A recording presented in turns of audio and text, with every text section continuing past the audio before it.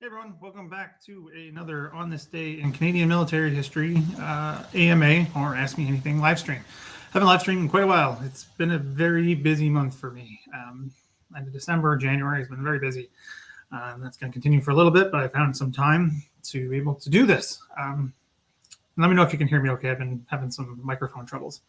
So if I have to adjust that, please let me know. So it's been a while, and I've missed kind of hanging out with you guys. Not kind of, I do miss hanging out with you guys doing these kinds of forums. Really missed it. So I'm glad we was able to find some time and get here. And I've been collecting questions for quite some time, about a week or 2 weeks or so now, looking at all kinds of different questions, quite a few different topics. Some I know quite a bit about, some not so much, but I did some digging. So it's great to kind of have this. And as always, if you have questions, side chat, please. I will get to as many as we can. I don't have plans on going anywhere for a while, so I should be able to answer them all. I just have some that were, like I said, sent to me earlier through different forums, Twitter and YouTube itself mostly. So I'm going to kind of start with those to kind of get the ball rolling. We can work through those or whatever comes up, whatever. There's no real format today other than just asking and answering questions, really. And as always, share your thoughts in the sidebar, especially if you know more about some of the stuff than I do. So the first one is a really interesting one that I think is got lots going on, and a topic that I like talking about, Canadian connections to other countries and working together and all of that. I think it's a really, really interesting one from Jeff via Twitter. It's a question that's not often asked, right? Did Canada independently pursue military coordination outside the Brits and Americans? I assume this is talking about Second World War. Excuse me, because First World War, Canada doesn't really have control of its foreign affairs. It has control of its military in an indirect, almost kind of way. But Second World War for sure. So that's why I wasn't sure about the conflict that's being discussed here, because it says something we didn't have to get permission for. No, there's no need to get permission in the Second World War. Canada, Australia, New Zealand, South Africa, all independent countries can do whichever and whatever they like, right?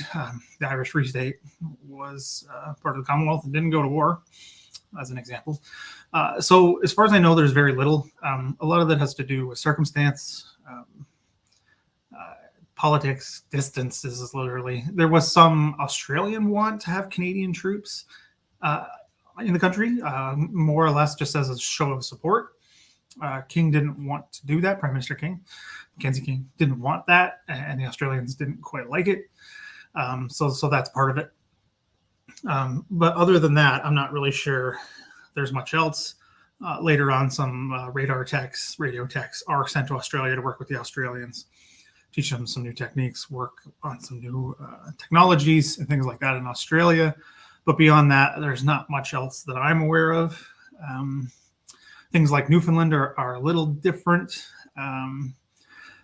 because it's technically it's a colony at the time, right? Newfoundland's not part of Canada. It's not part of Britain directly. It's a colony. So the British are in control of what's going on there. So it's quite different. But of course, Canadians have to interact with the people of Newfoundland, which is a whole other thing, but it's not really operations from that standpoint. And Canada is basically given control of parts of Newfoundland for the war to run as part of the convoys and that kind of thing. So other than that, there's not really much else.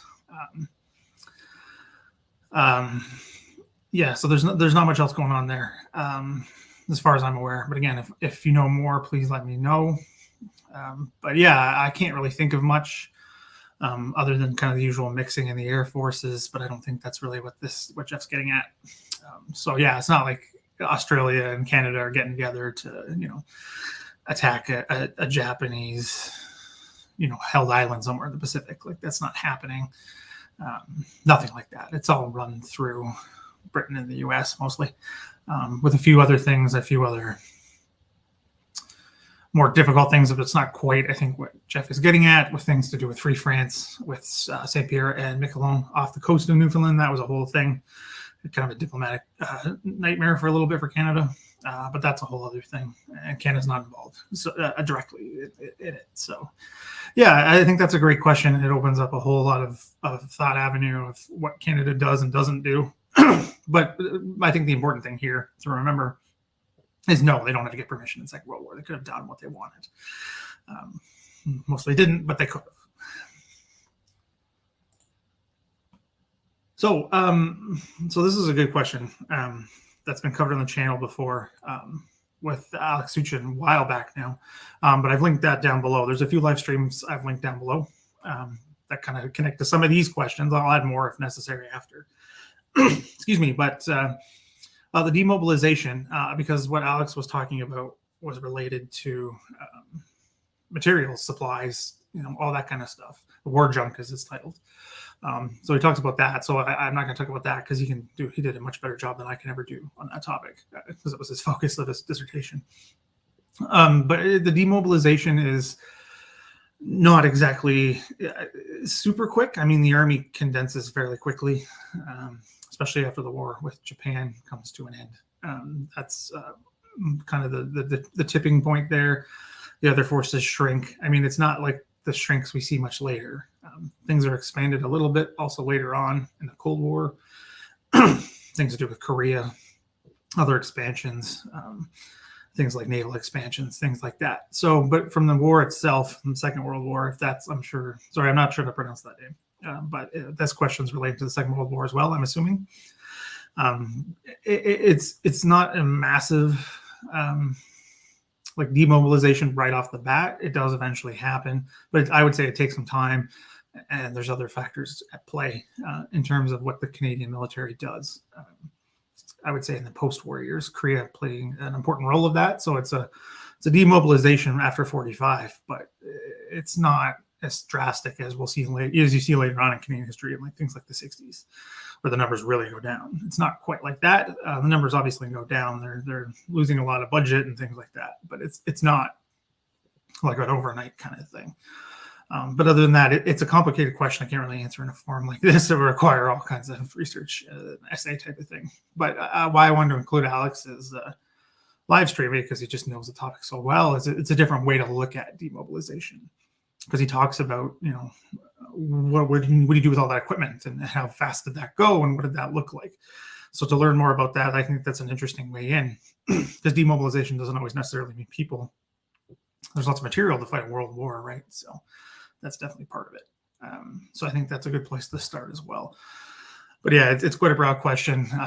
All kinds of factors, integrating back into society. What do you do with those who are wounded? What do you do with those of the former POWs? Like, you can go off on all kinds of tangents and things like that. But it is a broad question, but it is a good one, because again, brings up all kinds of things that can be discussed and lead to further questions or answers about how you want to just, determine demobilization and all that good stuff. So this was an interesting one that I got through YouTube. I just kind of took these in order that I kind of found them. So the highest ranking officer to die in battle in Canada's history. That's a really interesting question. There's quite a few, not so much more recent, like in the 20th century kind of thing, even though there are a few that are killed in the First World War, particularly. Few are not killed in battle in the Second World War, a few accidents and that kind of thing. But I think the biggest ones that come to everyone's mind are Wolfe and Montcalm. Those are the biggest names, I think, that you could say is like the highest rank, right, in the Western sense of the word. And I'm going somewhere with that in a second. But I think those are the two biggest, right, determining the fate of Canada. Montcalm's in charge of the military in New France, and Wolfe is leading the British expedition against Quebec and the French. So I think, and them dying on the same battle, while both being mortally wounded on the same battlefield, I think really qualifies for that in terms of a highest ranking officer. Those in charge of the whole shebang for both sides going down at the same battle is probably part of why the mythology of Plains of Abraham develops the way it does, how it's still commemorated. I think it's one of the only, if not the only one I can pull off the top of my head, where the leaders of two sides are commemorated on the same memorial as done in Quebec City. The winner and the loser. You don't often see that, right? It's an interesting. Especially both getting killed in the same battle. It's crazy. Now, sorry, excuse me. My voice gets all crackly when I get on. One I also wanted to think about this, and I don't know if it applies to Canadian history per se. I mean, this individual's killed on what becomes Canadian territory. I mean, it's Upper Canada at the time. Is Tecumseh. I think that's a really interesting kind of way of looking at that, right? Because he doesn't have a rank in the traditional Western sense of ranks, but he's heading that Confederacy, right? That's opposing the Americans in the War of 1812. And I've been to the battlefield at, well, the name's escaping me off the top of my head. No, that's not good. Battle of the Thames, Raventown. That's a big one. I think because he doesn't have that rank, right? But without him, that Confederacy falls apart. So I think that's probably one of the highest ranking individuals. Like him and his brother are the one who kept that Confederacy going. They started it, they got it together. They were the ones fighting, like all of it, right? And without Tecumseh, it falls apart. So I think that might, have a way of arguing the highest rank, right? It'd be like, having a king die, or a prince, or a president or prime minister or something die in a battle. I think that kind of counts. Again, it's just a different way of looking at it. I think it's a different way of looking at it. But if you're going to go the traditional Western sense of things, it's Wolfe and Montcalm are definitely the highest killed in battle, particularly in Canada, and having an impact on Canadian history. So from S. Harris here, Isaac Brock, yeah, he's obviously a high rank when he's killed. I can't remember if he's a major general. I think so. Or brigadier. I can't remember because there was some off the top of my head. And again, obviously 1812 is not my biggest area of expertise, but I can't remember his rank exactly. But he's not like overall in charge, I don't think. Again, I could be wrong. But yeah, he's fairly high up there, but I'd still, put him below. Yeah, he was a major general. I thought so. He was still, below being in charge of the whole shebang, So I mean, yeah, he's high up there, and obviously he's memorialized a lot in Canada, that kind of thing. But yeah, he's definitely on the list of high ranks. It's a really interesting one. Yeah, so thanks for bringing that up. Yeah, he was lieutenant governor of Upper Canada. So I guess, yeah, he's in the whole shebang of Upper Canada, not all of Canada's, the Canadas in the British colonies, but it's a high one. So yeah, definitely up there in the top 3, which is not a good list to be on, but he's on there. And I think Tecumseh is also worth arguing, even though he's born in what becomes the United States and all that. So I think those 4 are the ones that really, I think you could argue the best as like the highest ranking to die in battle, which is a really good question. So thanks for that. And thanks for SR's bringing that up. I really appreciate that. Yeah, that's a great way to think about it too. So thanks to everyone for that. Okay, I'm just going to keep moving with the ones I got from before, and then I think I'll work my way back to the ones in the sidebar, if that's all right with everyone. This one, it's been a busy kind of time for me, like I said, off the hop. So I don't know too much about what happened about the 3 officers taken prisoner in North Africa, the Canadians, because there's just so few of them, right? Just serving in general, right? This is before Can Loan, where Canadians are, inserted as subalterns in British units. They're there to observe, learn, bring that knowledge back to Canada, which isn't involved in combat yet, right? Other than the obvious 2 big ones of Dieppe and Hong Kong. So they're there to learn. So I don't know. So if anybody does know, please let us know in the sidebar or comment after, because that's a really one I would be interested to know myself. I don't know. I didn't have the chance to dig, because digging on POWs sometimes can be difficult, especially if it's a smaller pool that doesn't get as much attention, right? Like you can do digging on Hong Kong or Dieppe a lot easier than, say, a couple of officers that were taken in North Africa. It's just more difficult, and I just haven't had the time, unfortunately. But it's something I did want to see. If anybody else knows or can share, that would be awesome. Or link any resources you might know. Because again, another part of this community that I love and I've been missing is everyone interacting and sharing their knowledge and sharing their resources and everything like that. It's amazing, and I've been missing that. So that's why I want to include this. I can't really answer it, unfortunately, but I think it's cool to see if anybody knows anything. So there's another one similar to this from the same individual, from Oscar Madison. So thanks again, Oscar, for the questions about Kurt Meyer. I've included links down about Meyer. Had a couple things on the channel. Had Taylor Coates on back in June for the Normandy week. A month. I think it was a month. A lot of Normandy shows back then, which I should probably do again. I really enjoyed those. Anyway, so she knew all about MacDonald, who was the prosecutor, and all that good stuff. And there's a video below showing footage from the trial. So this is about why was Meyer released, right? It's a controversial subject, lots of hearsay and rumors and unconfirmed things like that. A lot of that going on. Everyone claims they know somebody who knew somebody who met him or talked to him or was involved with it in some way. That happens a lot. No way to really confirm a lot of this. But there has been work on why Meyer's freed, right? Initially sentenced to death. That's overturned by Vokes. It's not what the question's about, but that leads to him getting life in prison, right? Which he's sent to Canada to serve for the next 7 years, something like that. Not very much, especially because his sentence is reduced. And he is eventually released for what is termed good, we're going to do the air quotes today, good behavior. What that means for, a war criminal who's kept in a cell by himself in Dorchester prison in New Brunswick. I don't know. It's probably not like a TV show with all that stuff and kind of all that stuff you see with interactions of criminals or prisoners and things like that. So I don't know what good behavior means when you're a war criminal. As far as I know, and as far as I've come to understand it, it's a political move. Yeah, I agree, and people can disagree with me if you like. That's fine. I believe he's responsible for the Abbey d'Ardennes, whether he said directly or not. There's all kinds of claims of innuendo of basically just shoot these POWs. The whole process of it doesn't really make any sense without someone telling them to go, literally shoot them one by one out in the garden and then hide bodies and then do it again and then do it again. Why would that happen without the commander knowing what's going on? And also, I do think a commander is responsible for the actions of their troops. So that said, he's freed for political expediency. He is held, like I said, in Dorchester prison in New Brunswick. He's eventually transferred back to Germany due to a West German request, which he's put into the British prison there.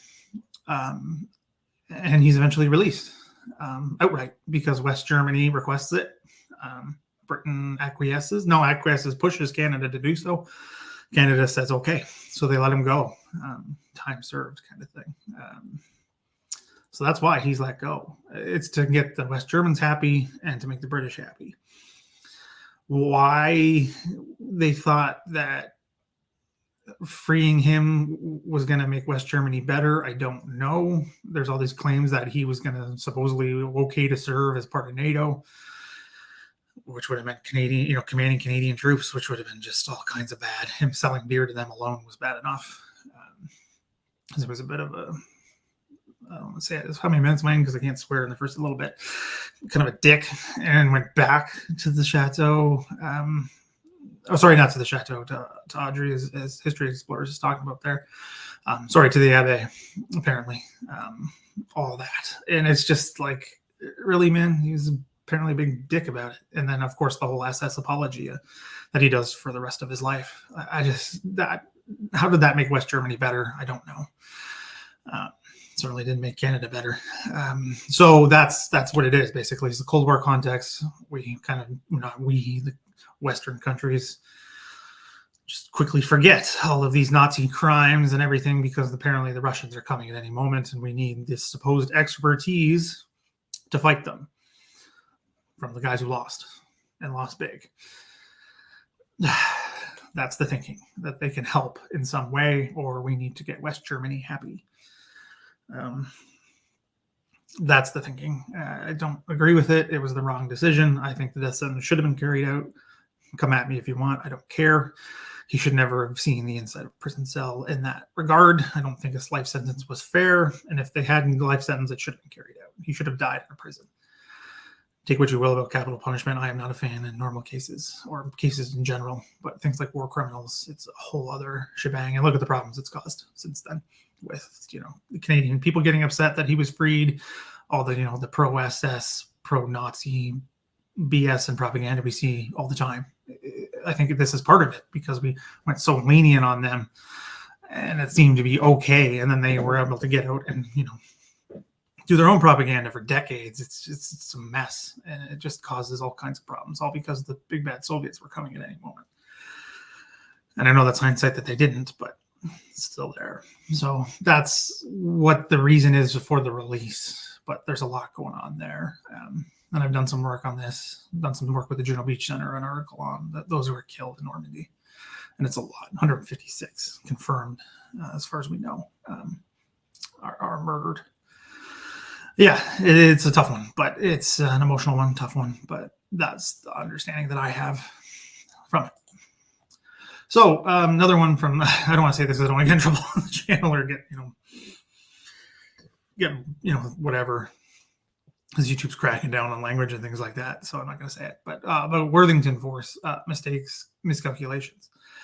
It's a really interesting one because Mike Bechthold was on again, part of that Normandy month, way back in June, which was awesome, and kind of a bit of a storm on Twitter, which I enjoyed immensely. So watch that show because Mike covers this expertly well and blends aerial photos with understanding what happened and making some understanding of it, and it's great. So the one thing I will say, and this is the thing that kind of caused the storm, is what Worthington Force was able to do. They broke through the German line without realizing they had broken through the German line. They went to the wrong place, right? And they were cut off. I mean, there was communication issues. Mike talks about this. But it's fascinating that they're able to break through the German supposed difficult line without, during Operation Totalize.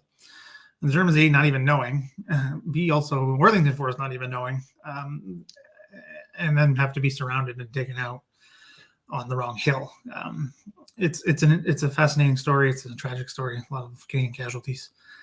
But that's the one thing I wanted to bring to this because I can't speak better about it than Mike can in that whole show. He covered it all and everyone's questions, and it was excellent. So I will direct you to that to really get into depth on Worthington Force. And I also believe I linked the article he wrote. If not, I should write this down. I will link it in it after because it's a great article as well, kind of going into what he talked about on the channel. But more in depth, obviously. The thing to me is the photos, the work he did with the photos and realizing what he had discovered is fascinating. That was awesome. So check that out when we're done today. Okay, this one is more just about the channel. So this is another one I think I might need some help. And it's more of a not really. Yes, I would like to do this. So I'll need some help. I don't know too many 1812 historians, unfortunately. 1812 is an area that gets focused on, particularly in Ontario, parts of Quebec. Has a stronger, I don't know what to say, understanding, enthusiasm almost. So if you know anybody or any suggestions, let me know. That would be awesome to get suggestions. Also, but another thing, also where I need help with is I would need help with viewers for those shows, right? The unfortunate reality of YouTube is, you need eyeballs to watch to get these things to kind of get rolling. And to get momentum, you need eyeballs watching and things like that to keep things going. And money is a part of it. I hate that it is, but that's just the reality of the situation. Things that don't get views don't get money, and they take up time. That's the problem, right? These things don't just happen in 5 minutes. I got to do lots of work to get them started, do the live streams, that kind of thing. So it's difficult. So I would love to do more. So if you have any ideas or suggestions, I know Jeff's done quite a bit and just popped on there. I'll get to his question in a bit, but covered his at the beginning. And he's a YouTube channel member. So thank you again for that, Jeff. That's much appreciated. Speaking back when I need help with these things. So yeah, that would be an area to get some help would be great. If you have any topics you'd like covered, we did Battle of Lake Erie with the Beyond the Breakers podcast, which was awesome. Love talking about kind of a hometown topic for me, being a Southern Ontario boy. So yeah, that was awesome. So I'd love to do more. Just need a little bit of help with some suggestions of who to talk to because I just don't know that many War of 1812 historians who really know their stuff. The ones I know of, unfortunately, have passed on, unfortunately. And even ones I had as professors, they've unfortunately passed on. So I don't know any. So any help would be great. Okay, this one's a bit long. If you want to read it, go ahead. I'll get to the you don't have to read it all, but the big question here is, and I don't know, and I just only want to put a short second on this, is, what would Canada, the Canadian Armed Forces do as when the balloon goes up if war breaks out in Europe now? I don't know, because I appreciate the questions being asked, so I want to include it.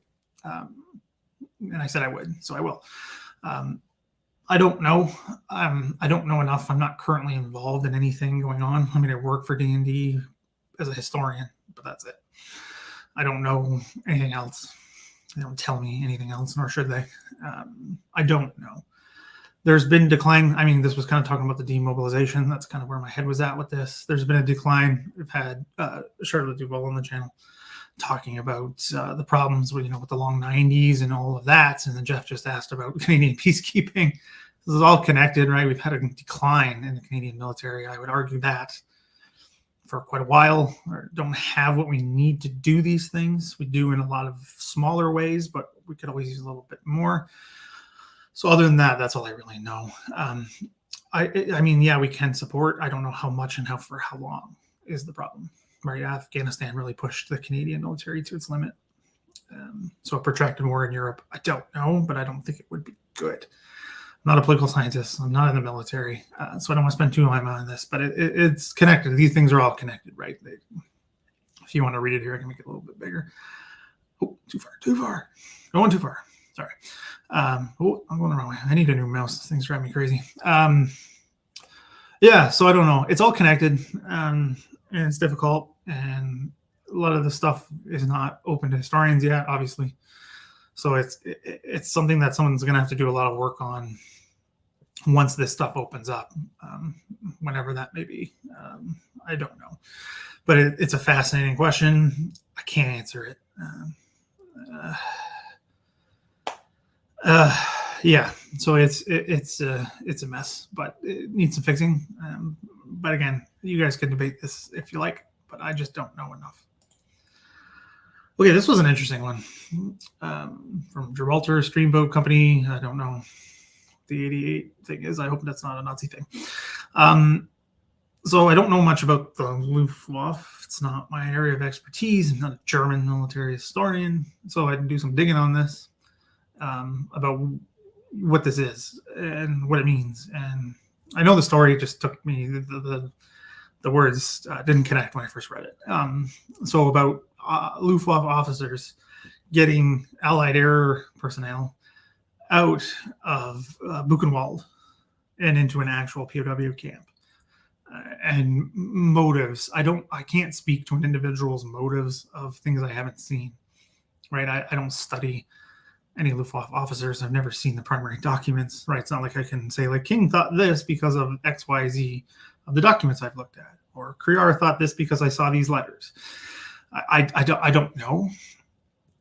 I know there's other cases of, non-SS stepping up, as people say, to, protect people, get people out of, like, the ghettos and things like that. And there's conflict between the SS and the army, sort of the Heer or the Wehrmacht generally. But again, that's the thing. I don't want it to get lost in and things like this. Is the Wehrmacht is implicit in the Holocaust just as the same as the SS is. I mean, people like Phil Blood have talked about having the Luftwaffe is involved in this, right? Literally with the Holocaust by bullets. Like, they're involved in that on the ground. So again, I don't want that to get lost. And yes, there are individuals who try to help people. I mean, this 120 something airmen are placed in Buchenwald, is what they call them, the terror flyers in German, or from German translates for basically saying they're war criminals for bombing cities, things like that. So they get put in Buchenwald by the SS. And these guys, a group of Luftwaffe officers with Troutloft, I don't know if I said that right. German is not up to par. Stuck their necks out to get them out and sent to one of the POW camps.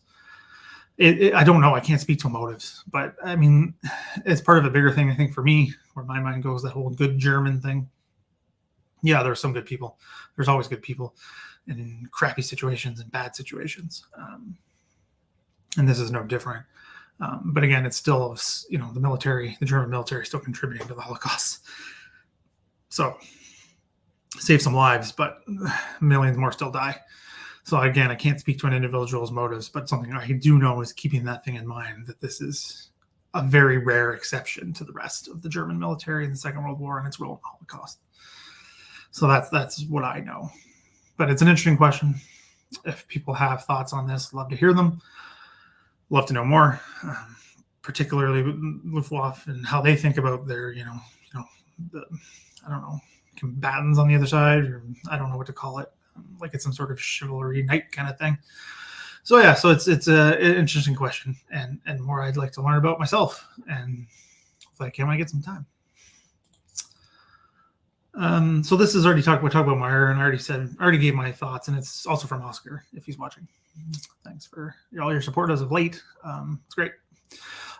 So this one, I already said it. I do think Meyer's responsible for the massacres at the Abbey, and all the other ones under his command. That got to come from somewhere, right? They don't just start murdering for fun. I mean, the SS did, obviously, because they were terrible.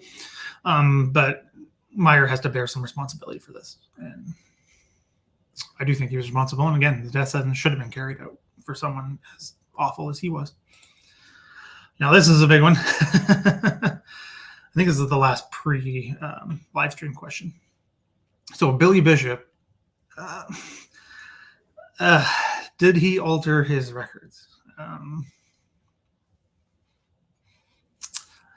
No matter what I say, it's going to get me in trouble, or someone's going to get upset, because everyone gets upset when you talk about Billy Bishop. It's one of those hot button topics. I don't know enough to say, like, did he alter? I haven't gotten into the German records, and what did they say in various, what does their record say in comparison to what Bishop claimed, particularly for that sortie where he wins the Victoria Cross. I don't know, but I think it was a while back now, but this came up because this comes up a lot. The Billy Bishop thing comes up. So he's probably one of the best known aviators in Canadian history, period. It was Graham Broad who said it, and I think he said it really, really well, right? If you're going to call the Pope Catholic, that's great, but I still need sources, right? You got to confirm these things. And with Billy Bishop's Victoria Cross flight, there's nobody else there to confirm what he did. Only the enemy. There's no other officer there to see what he did, which was a time a requirement for a Victoria Cross. It's the only, I don't know if it's the only one, but there's nobody else there to see what he did, right? It's interesting. I don't know. I don't believe outright, because the skeptic historian in me says he did these things, but there's no one there to confirm he did them. That's the problem for me, at least, right? He didn't do that. That doesn't work for other Victoria Crosses, right? Like, other people were denied Victoria Crosses because an officer didn't see it. Yeah, Billy Bishop's there by himself, and it's all good to go because he said so. Okay, it's a little awkward. I mean, I'm sure the numbers were inflated. I'm sure a lot of them inflated their numbers, particularly in the First World War. And you know what a downed aircraft even meant. You could see some of them crash, but doesn't mean they weren't back up again after repair. That happened. I don't know. So maybe for glory, he didn't have quite the knack for PR. He kept that in mind for himself, played that well for himself. And just again, because I do a lot of work, and I am working currently for the Air Force and do other work for the RCAF Foundation. Just in comparison, I'm not the first one to make this comparison, but to the other flyers, right? Like Barker, right? By all accounts, Barker was not, puffing up his numbers. He was not doing things like that just to help himself. Whereas sometimes that's the feeling about Bishop. So yeah, for glory, maybe some people like PR. Some people, that's what motivates them. I'm not saying that's what motivated Billy Bishop only, but it's been a controversial topic in Canadian military history ever since it happened. It's been debated till the end of time. But again, that's the one thing I come back to is, if you're going to say these things, where's the proof? Yeah.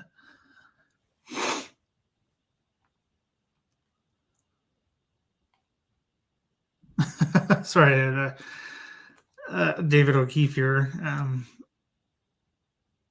Yeah, that there's no proof of the German aircraft being destroyed on the ground, but there's one for 5 French aircraft. So he just attacks any aerodrome and then that counts. Yeah, that's bad. That's real bad. Again, I can't confirm that either, Dave, but yeah, you're right. I mean, yeah, that's a whole new realm. You know what I mean? This is one of those topics that gets people upset. For some reason, those First World War aviators gets people angry about claims and things, and Wrench and Red Baron and Roy Brown. And you got a riot on your hands. And then attacking someone like Billy Bishop with the whole airport named after him and all this lore and everything. There's a way to start a fight, particularly saying there's no evidence of 5 aircraft being destroyed. But 5 French, yikes, that's a rough one. Yeah, that's inflaming. I'm just going to leave that up for a second just to inflame a little more because I love doing that because it's fun. Yeah. And yeah, I mean, also, Sheldrake, right? Also Dave. I agree. Yeah, Barker's amazing. 2 airports. Sorry, I'm getting distracted. Yeah, Barker should be better known. He didn't do it, and he died young, right? Whereas Bishop didn't. Bishop had another world war under his belt in the limelight, even though not doing much. Anyway, yeah. So that's yeah. What other 2 airports? I think I'm missing. I know Toronto Island. What's the other one? Out west, probably, or is it Owen Sound? I don't know. Please tell me. Anyway, so I think that's it for these. Yeah, we are out of those. Just give me 1 second. I'm gonna stop this because just bear with me real quick here. I want to get this monitor off because my computer doesn't like it when it's that hot. It makes it hot. Owen Sound. Yeah, I figured as much because that's where he's from. Which is cool. I mean, Owen Sound Airport's probably not very big. I don't think I've ever seen it, but it can't be that big. Because Owen Sound is not big. No shade to Owen Sound. Okay, I'm just going to go through here now and go to the live questions. Sorry, just give me a second. Okay, first one from Chris. Thanks, Chris, for coming out and all your support. Appreciate everything you've done for the channel and for OTD. That said, Canadians get sent to the USR in connection with Lend-Lease. Do you mean like with the material itself to like show it? Because I don't think so. Right, Canadians are involved in the Northern Convoys, and the RCN goes there to Murmansk. There's Canadians there, right? And there's drinking and hockey galore. There's a Northwest staging route, which is what gets me to think of as probably not much, just because Stalin kept the Soviet Union insular, right? The Northwest staging route exists so that Soviet pilots can bring those bombers across, not Americans or Canadians or Brits or whoever. They had Soviets waiting to take them the rest of the way. So I don't know. I know that there's lots of stories from those on the boats, RCN and Merchant Marine, of being kind of isolated, not allowed to really talk to anybody. So I don't think a lot of Canadians were sent with the Lend-Lease. Like Canadian equipment is sent, obviously, but I don't know if like a lot of Canadians as advisors are sent. I don't think so. Just because I know with things like the staging route and personnel, I don't think so. Just the sailors, as far as I'm aware. No aviators, no army. But yeah, just like the Arctic convoys kind of thing. I think that's as close as Canadians, got to going. Because again, the whole insular thing and Stalin's paranoia and all that crazy stuff. Sorry, I just have to go back up. So just bear with me a second. Yeah, it's just coming back talking about, the Canadian American question from Jeff about, was Canadians and, working with anybody else. Yeah, exactly. Westminster, the Balfour Declaration, the other one, the less famous one. From everything gained from the First World War, newfound independence for the Dominions, White Dominions. It can't be forced on a war. Like I said, the Irish Free State was not. South Africa almost didn't go. There was almost a civil war about going. And Canada, of course, has its own issues. But they're always going to go, but they did it in their own unique way, thanks to Mackenzie King. Sorry, I'm just going to be bouncing back and forth. We sent a few. We sent a few in 1918. That's true. A lot of Russians didn't want them there, but that is accurate. I found some film of that, actually. It's fascinating stuff. Hardly any Canadians in it. I did a short on it. We can link that later. But, the Canadian portion of the whole Allied intervention there's Canadians there. Film of them, very little. But it's fascinating. But yes, technically in 1918, there was a few sent. Few never came home either.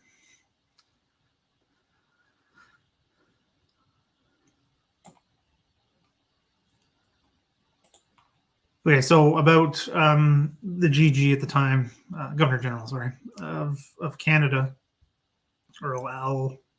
I'm terrible with names. I'm sorry. I have to get better at this. Athlone. Anyway, so just what influence kind of does he have on Mackenzie King during World War II? Context, the posing with the Quebec Conference. As far as I know, not much. He mentions him a few times.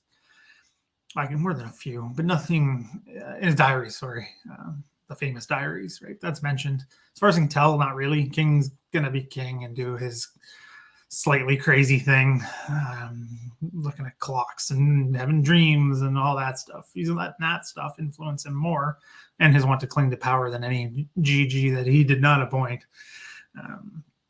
indirectly have an influence on him. It's just it's not going to really work that way with King, and it didn't. I'm right, because King was pissed about Quebec, like super pissed that he wasn't involved. They let him be into the photo ops, and that was it.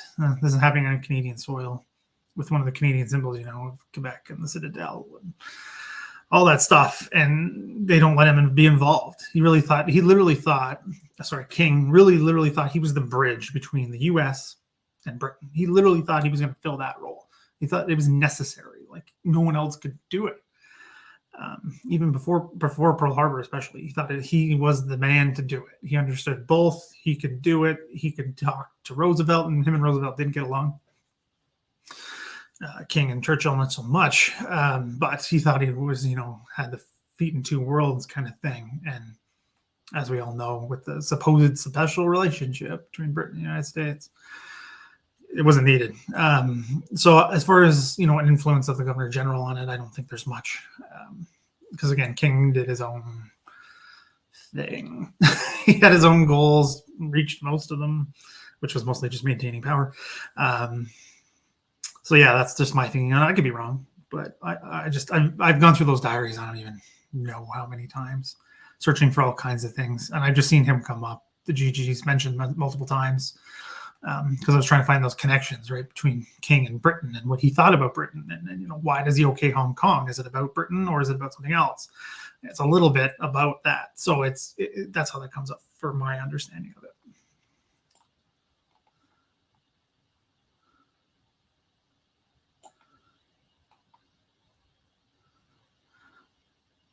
Sorry, I just want to see I didn't miss anything.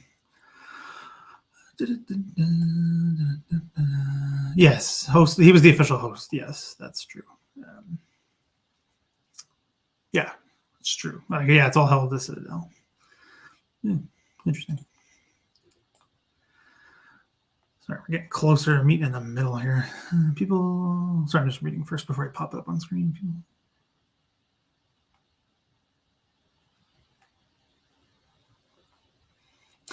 Okay, people often don't understand why Canada was such a significant force in World War I and II. I've always explained that we were still a frontier nation, or at least that all the men were frontier strong and wily. Okay, thoughts. Okay, interesting. I think I've talked about this before a little bit. Why significant force? All kinds of things going on there. But I'll just speak to your point here real quick.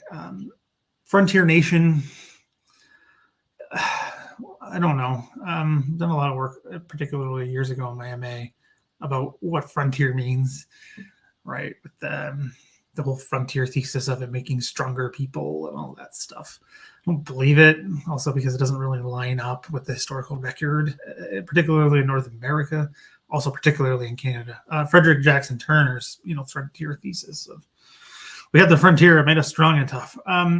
It's interesting because especially in the First World War and even more into the Second, majority of the Canadian forces, again, I could be wrong, but are not rural as far as I know. First World War, I don't think at all, right? The majority of the CEF is urban laborers, often uneducated. So to say like they knew all the hunting and riding and shooting and all that. Sorry, even back then, there's not a lot of, hunting and shooting going on at Bloor and in Young, there's not a lot of that happening. Not down in the island in Montreal. Because people who lived on the farms couldn't go to war a lot of the time. Obviously, they did. Again, this is a personal experience, but in First World War, things are starting to change by the Second, right? There's even less people involved in agriculture. Second World War is just how North America develops. The Depression plays a huge role in that, particularly in the Second, obviously. But for the first, come my mother's side, Southern Ontario farming stock, one son, he didn't just sign up to go fight because he was the only son on the farm. He stayed until they forced him to go, and then he went with no trouble. And that happens. That's repeated numerous times across the country. But I think that said, it's mostly an urban force. Laborers, shopkeepers, clerks, a lot of clerks. You see that a lot in the attestation papers. Working in stores because these things can't be done by computers, right? There's no Xeroxing, none of that stuff. So this is all done by hands. Someone's got to do it. So a lot of them are, urban, and also with recruitment, right, is done strongly, and strong pressure is more so in urban environments. Jonathan Vance talked about this really, really, really well in his book, new book, and he did it for the military history colloquium 2 years ago now, talking about small towns and what they think about these things, right? And again, it's just looking at the small towns in, I think it's just Waterford in the peninsula, Niagara Peninsula. But they didn't shame guys for dodging the conscription, right, being defaulters, because they understood it, right. There's other things going on here. So I think that just kind of flips it on its head a little bit. It's just not always about a frontier strong thing, right. That's from Pierre Burton, particularly from Vimy, which is so problematic in almost every conceivable way. There are so many problems with that book. And that's one of them. He says this 1,000 times. I remember reading as a kid. It just kept coming up. We're frontier. They're strong. They know how to use rifles. And you go and look at it. You're like, oh, yeah, because the guys, working at Eaton's, moving paper around are so skilled in shooting. They're not, right? It's just not how that goes. Sorry, I'm just going to double check. Lots of good combinations going on. Yeah, I mean, just coming out because the question came from Nicholas. By identity the way Canadians dealt with the distance. I mean, yeah, I get that. I understand that. I mean, but that's the thing, right? It's not like there's travel back then. But it's we deal with the cold and the distances. People just didn't leave their hometowns. It was very rare, especially for poor, because you can't afford to go anywhere. If you're urban poor, where are you going? You can't. There's nowhere to go. Right. I again, it's just because of things I've seen them. I've seen the letters. I've seen the postcards. Families from London, Ontario, they went to a part that is now a neighborhood of London, but at the time it was not. They went on a trip to a neighborhood that is now part of London. Byron, Ontario used to be its own town. They made a big deal about going on a trip to Byron. And they lived in West London, where Byron is now. It was a huge deal because they were on a vacation. You know what I mean? It's just, we sometimes, I think, misunderstand things like that. Yeah, it's part of the identity in a lot of ways, and it probably shouldn't be, because it's not true in a lot of ways. It's not Canadians being wily on the frontier. Canada doesn't really have a frontier to begin with, in that even traditional sense. But yeah, it's a really interesting way.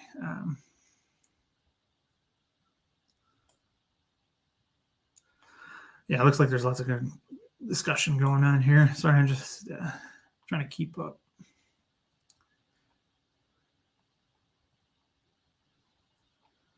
Sorry, I just don't want to make sure I missed anything. They're talking about movies, which we'll get to, which is awesome. Alrighty.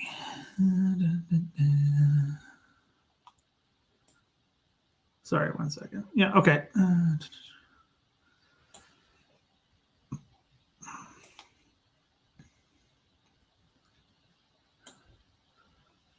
Okay. Peacekeeping back, Medic, Rwanda, Bosnia, Somalia, altogether, none of these. Yeah, so why does the peacekeeping kind of go by the wayside? Again, not my expertise. Like, I wouldn't be like, here, let's write a book on it. Obviously, I know a little bit, and it comes up in what I do. But as far as I understand, it's a combination of all of these things. Domestic as well plays a huge role in this. Also, what happens in 9/11 plays a role, obviously, and how that changes what Canada is willing to do and what it can do. That's a whole other thing. But yeah, I mean, Medic Pocket is not even well known even today. Rwanda is well known because of Dallaire. Bosnia, Somalia is, I would say, the big one. But again, maybe that's a recency thing with talking to Charlotte so much. Not saying she's not doing her stuff, because she's amazing at what she does. But it's just that one that's that fresh in my mind, right? And also how awful Somalia was and what they did. Again, I'll link her appearance for her book, which is great, by the way. You should go get it. Is awesome. It's great. So anyway, sorry. Yeah. So Somalia was so bad and caused so many problems. I mean, there were just root causes. There was deeper problems, and this just brought them to the surface, and things change. Again, I don't know. There's people in this chat now that know better than I do. This being one of the biggest, based on everything Dave knows and has done in his great career.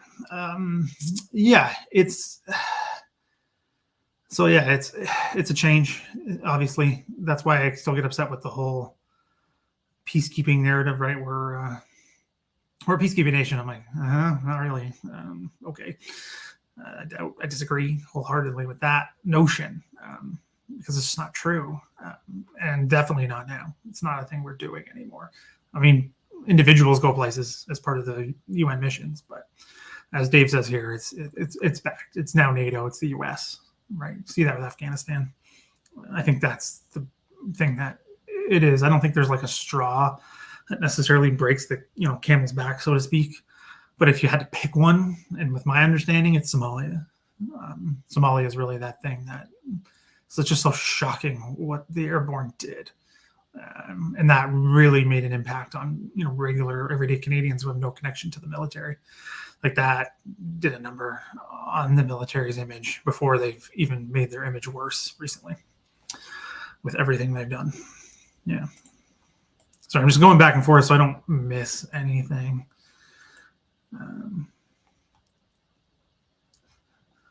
Yeah, awesome. Okay, we are... Sorry. Guys, there's so much good stuff here today. It's awesome. Thanks again for everyone coming out. I really appreciate it. And I miss this a lot. Okay, more about supplies, resources. Okay, so how long does it take for the material items of major conflict to go from surplus junk to items of historical importance after the conclusion? Is it related to rarity? That's an excellent question. That's a really good question, actually. Thank you for that. Something I've thought about a lot working with the War Museum and thinking about these questions and more memory and all of that. Yeah, I think it's a combination of rarity. It's a combination of time, right? A couple stories come to mind for this. So the War Museum itself, or what they wanted to be a war museum in the aftermath of the First World War, they captured German guns, mortars, machine guns. Those used to appear all over the place. Those are becoming rarer and rarer in Canadian cities with renos and things like that. They've gone to the wayside. Think about the Canadian War Museum. That was going to be like one of the centerpieces of the museum, was all the captured German armaments. They didn't end up doing that, obviously. The Canadian War Museum develops much slower than a lot of people were thinking. And because I've read the report, I've talked to people and researched this, they had so much of this stuff, right? The machine guns and the mortar, the trench mortars, things like that. They mostly just melted them down for scrap, sold them for scrap because there was so much. And nobody else wanted it. They gave some to towns. Towns got what they wanted. A couple of German cannons here and there, guns, things like that. Nobody else wanted it, so they just had to get rid of it because they couldn't hold it any longer. No one thought it had much value. I mean, now, I'm sure if you did that now, there'd be uproar. So I think it has a lot to do with just distance and time and rarity, like you mentioned. I think it is related a lot to rarity. I mean, people collect at the ends of conflicts for personal reasons. Call that looting if you want. But at the end of the Second World War, right, they sent, famously Farley Mowat to go collect stuff.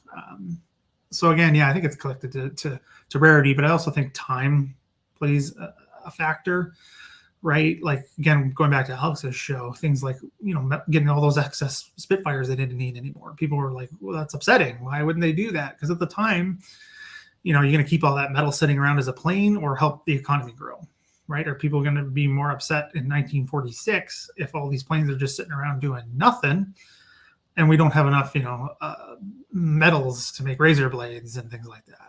Like, I think time plays a role. Yeah.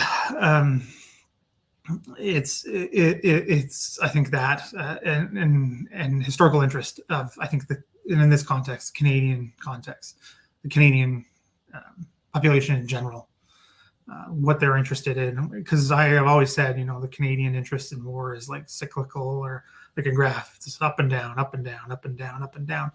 So it depends on that time and who's doing what. And, did a movie just come out, or, was there a big anniversary, or something bad happened in the military that makes people more anti-military for the entire thing, right? Like other historians have covered this well, Tim Cook being one of the best at looking at this. I mean, he did it with Vimy, right? But you can apply that to any of this, which I tried to do with Hong Kong in a sense. It's how you understand these things. So I think that plays a role. But rarity is obviously part of it. And just weird, wacky things. People love that too, right? Like the supposed, piloted V1. Like that's in the Canadian War Museum, right? There's even claims that that's fake. So people like the weird and wacky. People have the obsession with the German stuff. I'm not going to get into that right now. Good if people want me to. But with that, I think it has to do more with time, economic considerations. Again, Alex covers this expertly. I really wish more people would watch that live stream afterwards. I guess it's just because I'm a small channel. I wish more people would check that one out because it explains so much about post-war Canada in a really good way, in the lens of focusing on an issue, but speaks to so much something more bigger. And something that we can't in 2023 put ourselves in the mindset of 1946 in a lot of ways. It's just too difficult. But yeah, that's an excellent question. It's something I'd love to do more with. That would be awesome.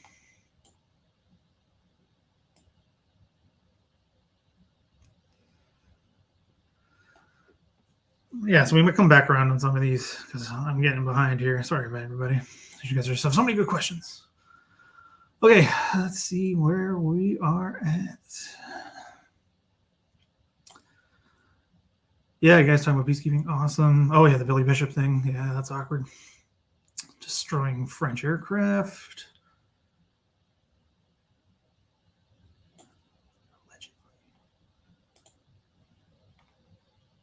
Okay, about David Curry, which I've been doing a lot on lately. Just keeps coming up. Menarders coming in the where we see Victoria Cross. What is your view on the actions that allegedly took place after the action at What actions do you mean? I've heard a few. I'm not sure what you're getting at. Please let me know, and I will answer. I had to go in two different directions. So just if you could specify, that would be awesome, and then we can come back. Unless you've already done it.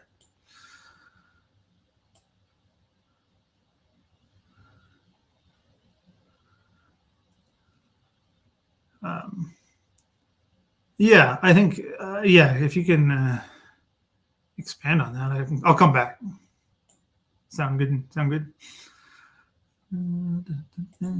Oh, back to One's Own Airport. What are good resources to learn more about the industrial war effort? Yeah, Good question, Scott. That's an excellent question. Something I'm becoming more and more interested in. The more I poke around, the more I learn about this, the more ingrained it was in Canadian society, and even for a very long time, right? We're kind of moving past as an industrial country in a lot of ways. I mean, we obviously still have a large manufacturing sector in this country, but how integrated it was in Canadian life for such a long time afterwards, right?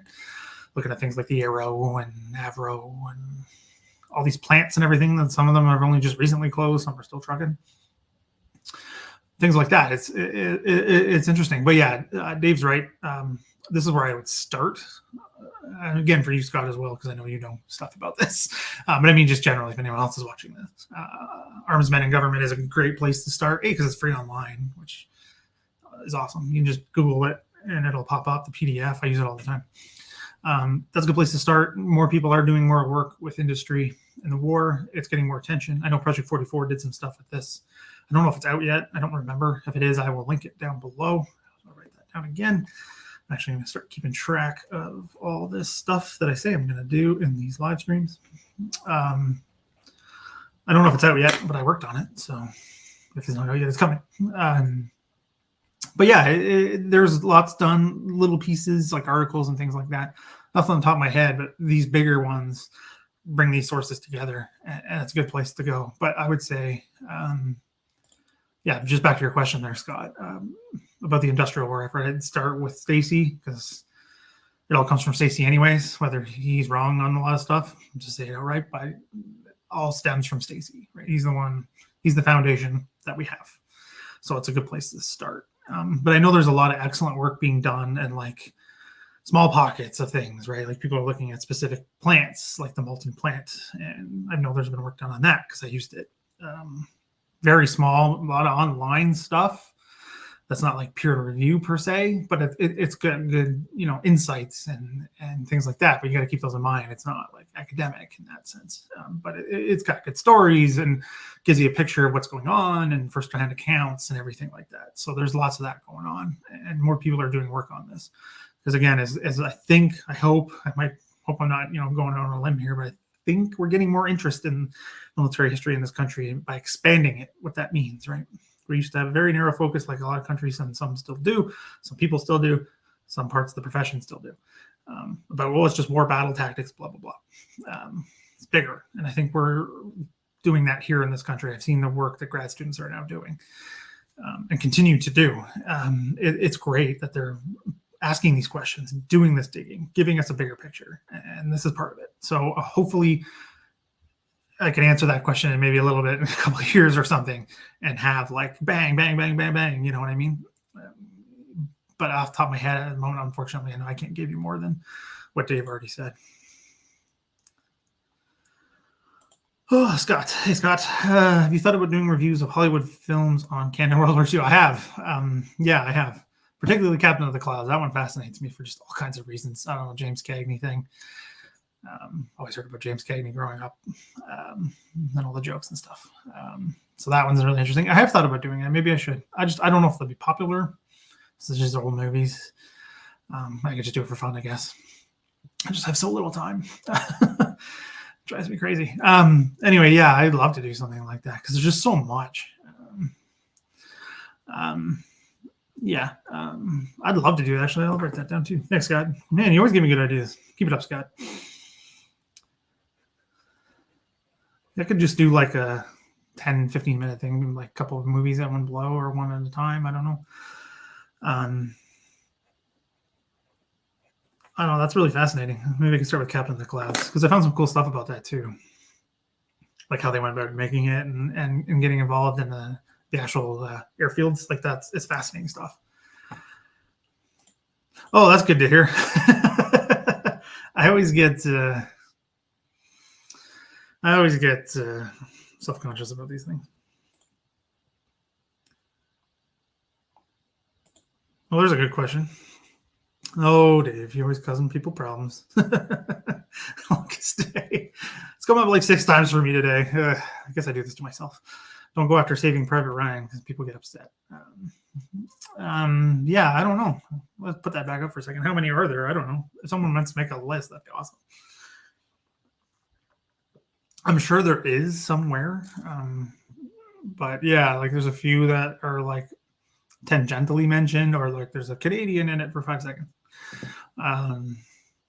Some are more so, right? Yeah, like Greyhound or Devil's Brigade, that kind of thing. I don't know. It's a good question though. We are moving along. Yeah, I mean, like this was gonna say, and Scott already brought it up. There's just more during the war, right? Because there's just a more general interest in things military during the Second World War, and they're cranking out movies as part of morale and war effort and all of that. That's why there's more. So there's Canadian topics covered, right? And it wouldn't have been out of place, I think, at that time for a Hollywood movie like Captain of the Clouds to be about Canada in its essence. I mean, they kind of make it a little weird, but they could have done a more Canadian story. They kind of did, sort of. Anyway, it's just there are more, and there's kind of like, I don't know if it's necessarily a revival, but there's things in the 60s that are more Canadian content, and then it kind of dies off, goes off a cliff. But again, I'm not a film historian, and that's just my sense. But it's not like a lot,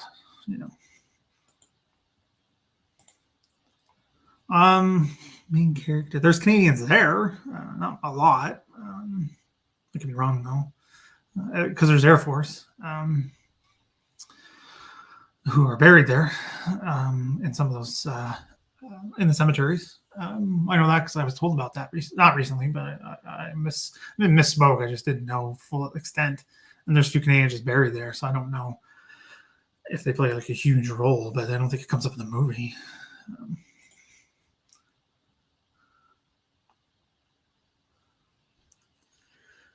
Okay, yeah. So another question. So during the Great War, much of the not a question, but CEF were expatriate Brits. Yeah, I saw Dave's response to this. Where'd it go? Yeah, I mean, expatriate didn't really exist in Canada or really at all, at least in the British Empire. It doesn't exist because it's all British subjects, right? There's no Canadian citizenship until 47. I probably got that wrong now that I said it out loud. 47, 48. King's the first Canadian citizen. So it must have been 47. I don't know. It doesn't matter. It's besides the point right now. Yeah, it's not that cut and dry, right? Yeah, there's Canadian nationalism at the time. But what nationalism and identity, and one thing I learn more and more every day is these things are fluid within an individual, within an individual's life, within the nation, parts of the country, times of the people, what's going on, economics. I mean, it's all so complicated. It's not so clear cut as we like to think it is, particularly back then, right? Canada's a dominion, right? Not the country of Canada, the dominion of Canada. Dominion of what? Dominion of the British Empire. Are there Canadian nationalists at the time? God, yeah. Are there those who thought they were only British? Yes. Are there those who thought both? Yeah. Are there those that thought it was 50-50? Yes. Also, was it 70-30? Yeah. 30-70? I don't like, you know what I mean? Like, that's what I'm trying to get at, I guess, is it's complicated. Yeah, it's a lot. And a really, really interesting one.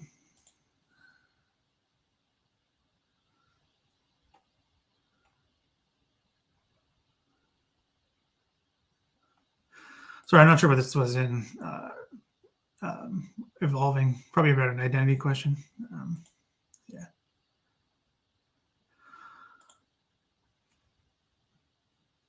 So, excellent question. I did not talk about Korea yet. So, Canada's role in Korea. A land contribution, army contribution,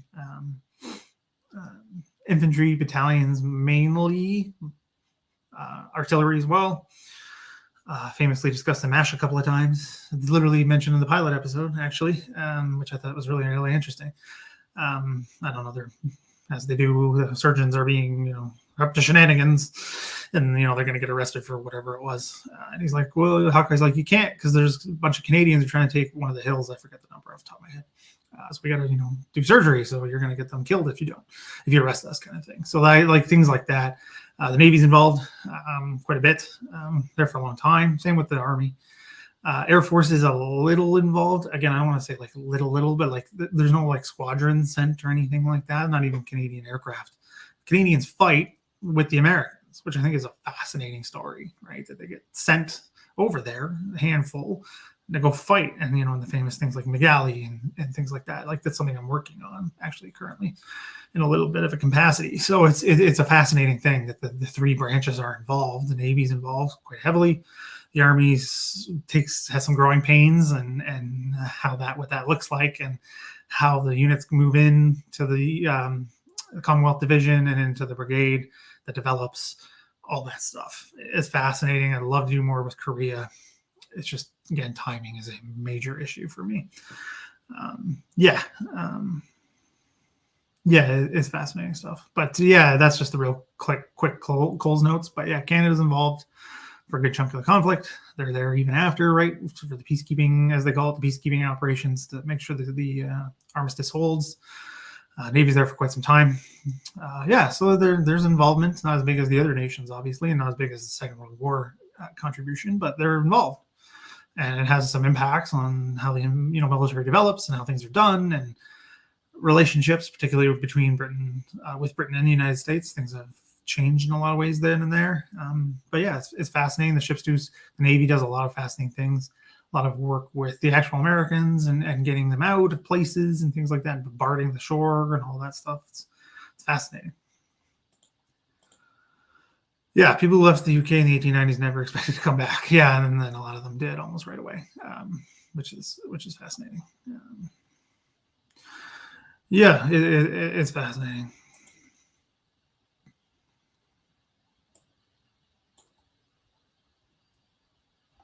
I think you're getting better known. Oh, thank you, Jeff. Oh, thank you. That's quite nice. The channel's growing. I'd love to get more support. More subscribers would be awesome.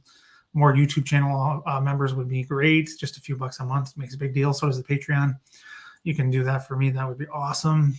But yeah, liking, commenting is also hugely helpful. I've noticed that a lot lately, especially. The comments do make a difference. It helps because then they just kind of take on a life of their own sometimes. So if you can do that, that is awesome. Also, super chats, if anybody doesn't know what those are, you can just kick. I don't know if there's a limit or like a minimum. I think it's like $1. You can do that. You should be able to see it there or in the chat. Sorry, the little $sign. If you ever want to do that, if you can, that would be so great because the more support I have, the more time I can dedicate. Right, like that's my whole thing. It's all about timing and all that stuff. Yeah, going back to that junk plus time equals treasure. Yep. Mm-hmm. Well, like they find garbage piles that are thousands of years old, right? And they get all excited.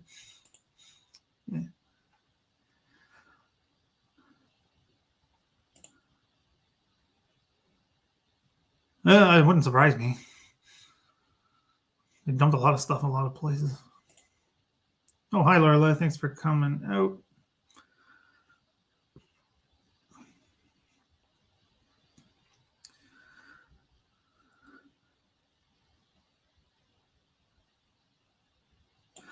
Oh, yeah, this is not so much a question, but it is fascinating. And another thing I'm really, really interested in, because again, for those of you who don't know, I started as doing American history, American studies, American military, particularly in the Pacific, Pearl Harbor, and looking at Okinawa especially. I went to Okinawa and Guadalcanal.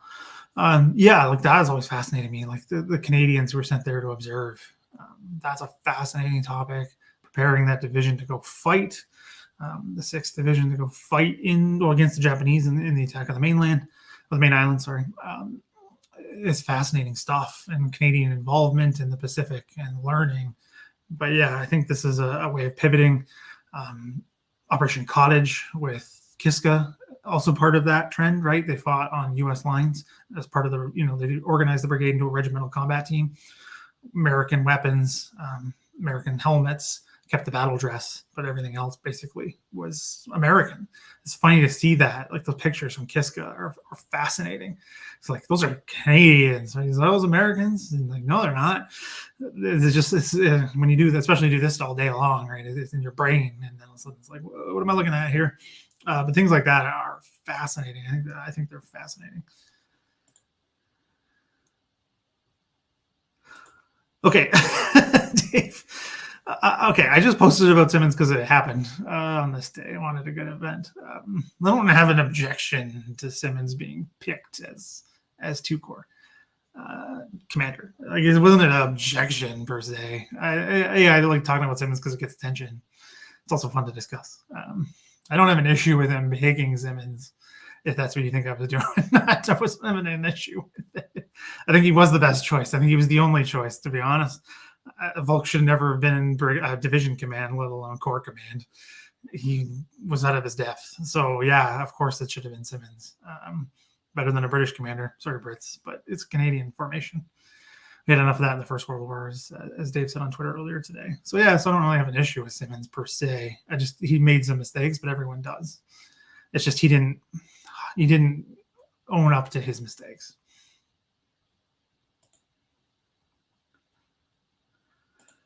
I assume this is directed at me. Sorry, one second. Let's see if there's any updates.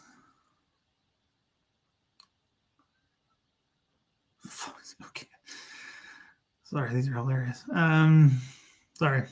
Views of Phil Griffin in connection with the VC. Well, I don't think it's going to ever happen, if that's what you mean. Whether I believe he is earned one or not. Yeah. I don't know. Obviously not for me to decide. I just don't think it's ever going to happen because of the whole thing that goes on with the VC here. Did you deserve it? I don't know. My best guess is I don't know.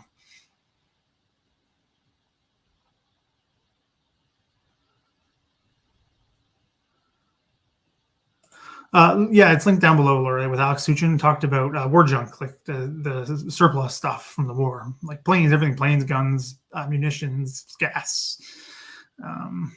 Yeah, all that stuff. Yeah, it's linked down below. It was a while ago now.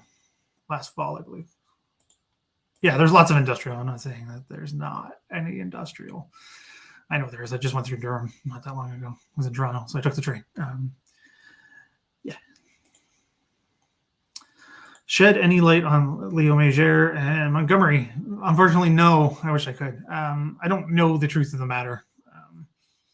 All I know is last I've read with some sources behind it is that's not what happened. Him refusing the reward because it was going to be Monty. As far as I know, that didn't happen. It just wasn't going to be given. Yeah, that's not, as far as I know, that's not true. But it's hard, right, with something like this. You know, who said what, when, and where, something like this. And someone like Meyer and the whole mythology around him, I mean, some of that stuff is exaggerated. And again, if you say that, you get, shouted down. That's just as accurate. Some of it's exaggerated, or it's misrepresented on purpose to make it sound better than it was. But as far as I know, that didn't happen. He didn't be like, I don't like Monty, I'm not going to take the pedal from him. No, Phil Griffin was killed at Verrier Ridge.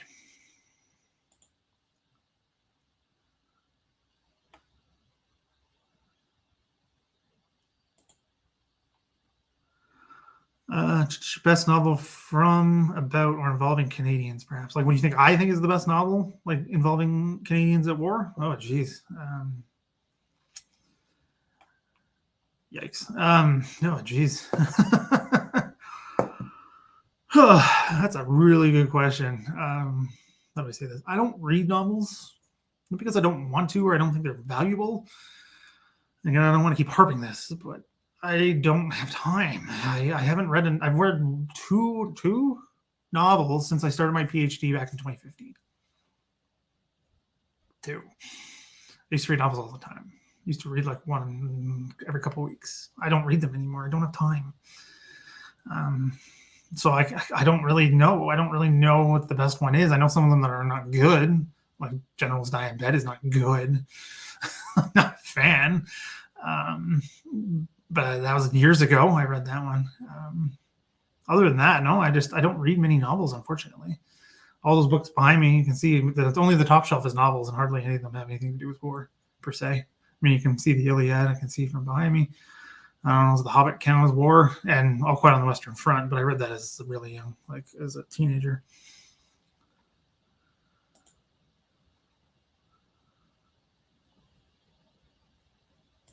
Oh, you want to do a watch along? We could do a watch along. That'd be awesome. We'll figure something out. I could do a video about that. Yeah, it's not good though. We can't name a bunch, right? You know. Well, isn't Storming Juno more of like a docudrama? Again, I haven't seen the whole thing. I've seen most of it. I haven't like rewatched it in a very long time.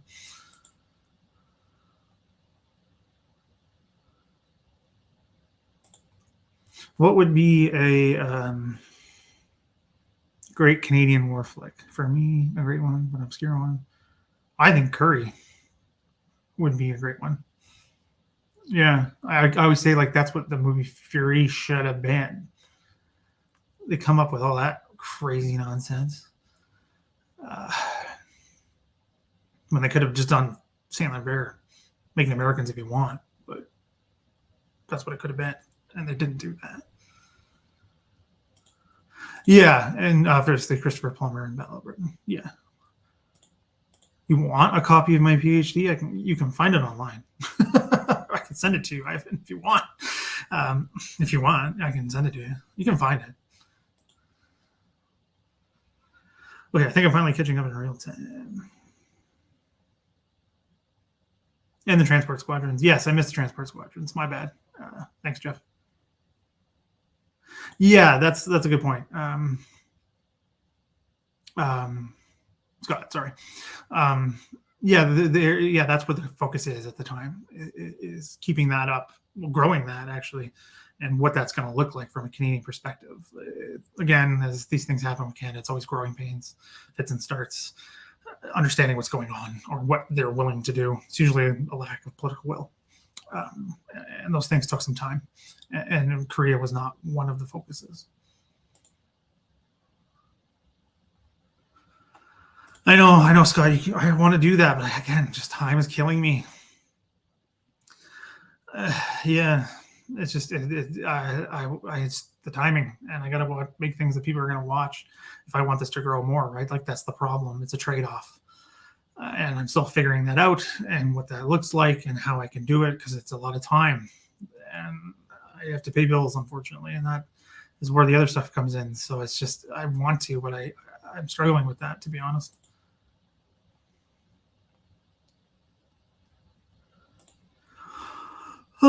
Question: submarines.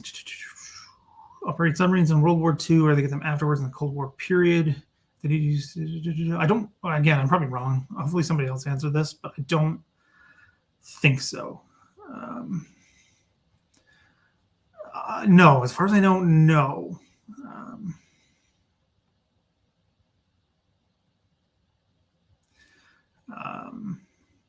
No, I don't think so.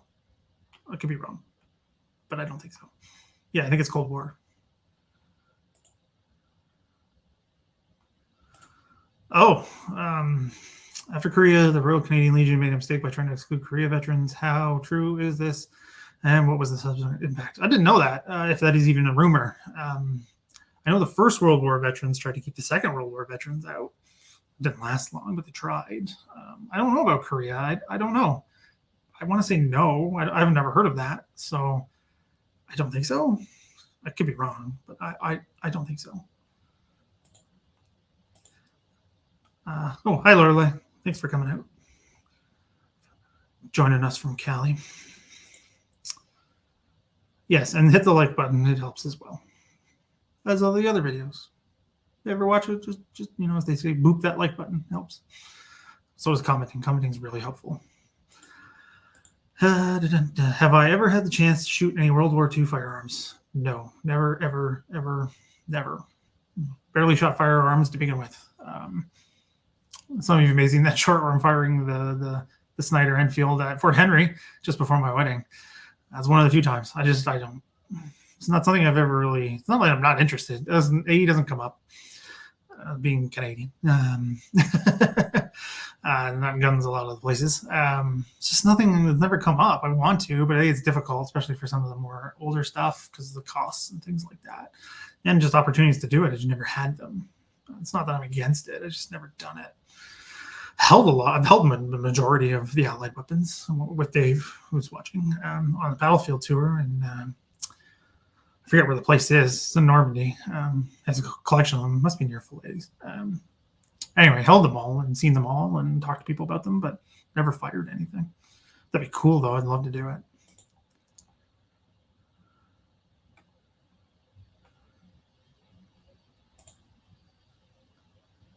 No, I did not. No, I did not study them. Foxy Grandpa should have been 2K. If you want a politician in charge. Yeah, Norma does not like Simmons at all. Like, at all. Because of this. Yeah. Because of that.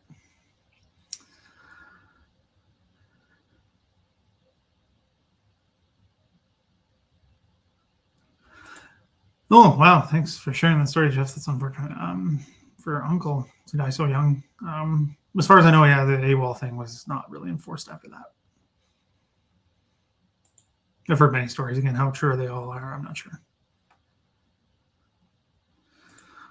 What is the purpose of the live? If you have any questions you'd like me to answer or opinions you want me to give or anything you want to chat about, fire away.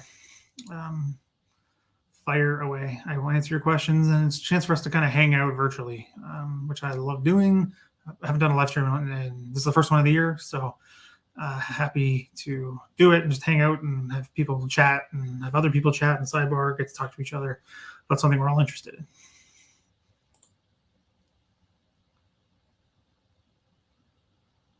Oh, thank you. Oh, thanks so much, Lorelei, for the super chat. I really appreciate that. That's really means a lot. It's the first one I've ever gotten, so I really appreciate that. Thank you. I really, really appreciate that. Yes, I do have the camera now. We can do a watch along. I'll have to figure that out. There are lots I got to figure out. Hopefully, I can do more of that this week. Yeah. Coastal Forces is kind of a cool idea. If I missed any of the earlier questions, please fire away. I don't want to miss anything. Things I said I missed or wanted to come back or clarifications, please ask again right now. If you're still watching, if I missed, I apologize. But yeah, it'd be really interesting. I think anything involving air, to me, or Navy, again, broadly speaking, I have another idea for a video I might do after this, and get out in a couple days maybe. But anyway, those things I think would be like really interesting to see, and then those minute details and the crank conditions and expressing that on film, I think would be fascinating. And maybe I'll talk about that more later on, but I think that's a really cool idea. Yes, yeah, you're right. Yeah, I think you told me about that, Jeff, so that's awesome. Oh no, if someone working on a district, yeah. So nobody's come up. I haven't talked to any grad students in a while. I'm not first on anybody's radar in schools anymore. Yeah, no, you're probably right, Scott, about the Cuban Missile Crisis. It's just sometimes I find when I put Canada in the title or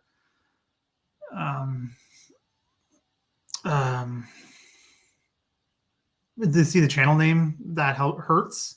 Like sometimes I feel like the channel name hurts me because other military channels that are just not good or don't have anything have so many subscribers because people are interested in. It's just not Canadian, or they assume I'm American anyway. I've had that happen like 4 times today alone. I don't even think I'm exaggerating. The short kind of blew up and people got angry and kept calling me American, an uneducated American. I was like, what? Okay. It's insulting to all kinds of people, me and Americans. Not cool. But anyway, yeah, I think you're probably right. I can do some digging on it because I know some Cuban Missile Crisis videos have been really, really popular. But again, it's just not like that, my go-to area. It's just something that takes more work. That's all. But yeah. Oh, yeah. In row. Yeah, that was awesome. Yeah, that was really cool. Man, I want to go back there so bad. Well, I want to go back to Normandy anyway. I want to go back to Normandy all the time.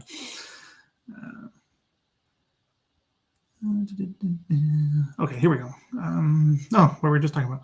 Why do you think people think Canadian history is boring? I'm not sure if this is out of your range, but I'm always surprised people don't care about their history. Yeah, no, not out of my range at all. Something I've thought about for a very long time and was part of the process as part of the education, right? I was educated in Ontario, Southern Ontario, and went to Western, also in Southern Ontario. I think it's all like everything. It's a complicated answer, and there's more than one thing to it. It's not taught properly. It's I think it's taught in a way that doesn't get people like hooked, if that's even the right way to say it. If you can get hooked on education, that's not focus. It's about like hitting certain things depending upon what provincial government you are under, because that's who controls education. That I think is part of it. So people don't get educated in what things are interesting or what they want to explore is interesting. I'm not even talking about military. I'm just talking about in general. So lots of people want to study things that they don't get to, or we focus on things that are outdated or things that don't have much of an impact at all. Like, it's funny when you talk to other people. Like when I went to school, talking about New France, particularly, which got a lot of focus. I'm not saying it's bad or good. One of the biggest things we talked about, the coureurs de bois, the runners of the woods, right? The fur trade. And people in Quebec are like, what? Why are you talking about that so much? Like, it was a huge part of our history units, like them doing all this stuff. And they're like, we barely talk about that. So like, that's what I mean. Like, the focuses are all over the place. And it's unfortunate, and people don't get to express and explore what they want. I hear how it's being done in schools with the advent of new technologies and things, and kind of getting away from that. Only we write essays and multiple choice questions and things like that. People are allowed to be doing digital history as assignments and things like that are helping. But I think that's a big part of it. It's not presented well in the schools. There's no media. The media is completely lacking, right? You're not exposed to this in a more intensive way. And if you do, it's very, like I said earlier, I'm not sure when you logged on, but the interest is very cyclical. Like we had, I can't remember the years. It was when I was young, so it must have been around 2000-ish. It could probably for the Millennium celebrations on CBC. They did Canada People's History and covered from was prehistory right up until the time of its airing, pretty much. And covering all kinds of topics, like things got interested, people got interested again, things came back out, and new things were explored, and things like that. And then it died off again. And then you have a little bit connected to the Normandy commemorations in 2004, 2005, at the end of the war. You have stuff with like that. We had the Year of the Veteran, and then it dies again. And like we don't keep up. The government doesn't focus on this at all. Like the government, it doesn't matter. I'm talking like generally speaking. It has nothing to do with party. It has nothing to do with any of that. Just the government, whoever's in power and all whatever, that is not interested in this stuff. They don't seem to care. We don't commemorate hardly anything. We'll have like a little ceremony at the National War Memorial in the afternoon, and that's it. And then nobody knows anything, hears about it. I live here and I don't even hear about it. So like it just is not an interest of the government. The industry, entertainment is not that interested in Canadian stories because they can't sell it to an American audience. Sorry, again, I'm not harping on Americans. I have so many American supporters like Lorelei. Thank you again for the super chat. You guys are awesome. I'm not attacking Americans. I'm just saying there's lots of you. There are so many Americans compared to us Canadians, right? We are tiny. You guys are huge. And things like Britain are bigger population and interested in different things, not interested in outsider stories, right? Again, I'm not saying you guys here or anyone who might be watching in the future. It's a part of this. No one wants to make Canadian stories. And then when we do make Canadian stories, they're terrible. Like we get Passchendaele. I don't want to rant, but we get Passchendaele, and it's awful. It's an awful movie. It doesn't even make any sense. The story is nonsense. The acting is terrible. Terribly written. Like it was so bad, and it was the most expensive Canadian film, and then we get that piece of garbage. So no one's ever going to invest in it again, right? No one's going to put any money up when this is the result. We get crap like Passchendaele, or we get The Valor and the Horror. God, it comes up. It lives back rent free in my head. I'll admit it. But we get crap like that. They pump all this money into it because they think that it's fine now and we can get away with it again. And then they produce garbage, and then we're stuck again for another 10, 15 years with nothing. Or it's done privately, and it never gets heard about. or it's just we get this garbage on garbage on garbage, and we're stuck, and we get nothing. Those of us who are interested in it are fighting for the scraps, right? Or wanting to yell into the void about making Canadian stories. That's one of the reasons I did this channel, is because I'm, again, not bashing anyone. And because Tim Cook says this all the time, for those who read his books, we have to tell our own stories because no one else is going to do it. Sometimes I see people with more popular podcasts and channels being like, can you talk about DF? We should talk about Canada more. And I'm like, we're just fighting for scraps here? Like, this is so sad when we could be doing it ourselves. And that's why I think this is all part of this. People think it's boring. And I'm like, there are so many stories out here that are not boring. There are so many badass Canadians out there doing all kinds of badass things, from science to innovation to healthcare to business, government, military. And we're just like, yeah, whatever. Who else is making something? Like, it's just like, or can you talk about this on this one? Like, oh, I want to hear about this from you. When we're doing it ourselves and we don't. This is why YouTube is great. Because I can do this, sort of. I can only do so much, right? It's just me.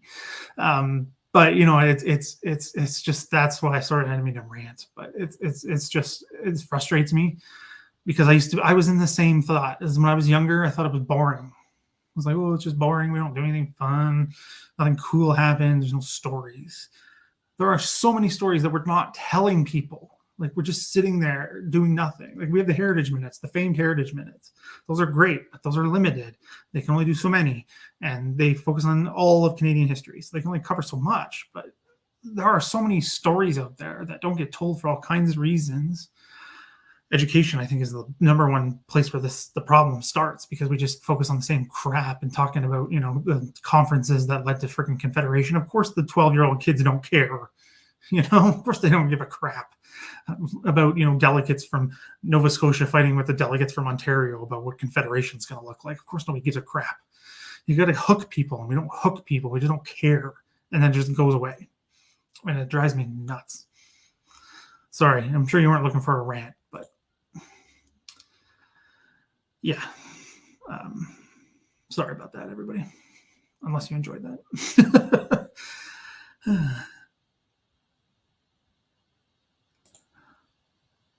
Okay, sorry, I just need a second here.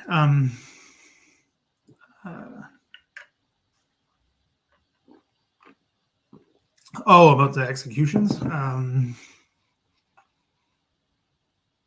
I've heard hearsay. That's it. That's all. Nothing else. It doesn't come up much. I've heard, again, it's all rumors and hushes and stories, and details get missed and crap like that. I can't confirm any of it. I try all the time. I go to the archive myself. It's like my second home, right? I'm there all the time. I look and I dig and I talk to people. I can never find anything confirming any of this. I think you're talking about, like, the famous photo, right? Is that the one you're talking about? That SS officer who famously disappears. Well, that's all I've ever heard is the story, right? He's in the picture, doesn't show up in the cage, or shows up in the cage and is never seen again.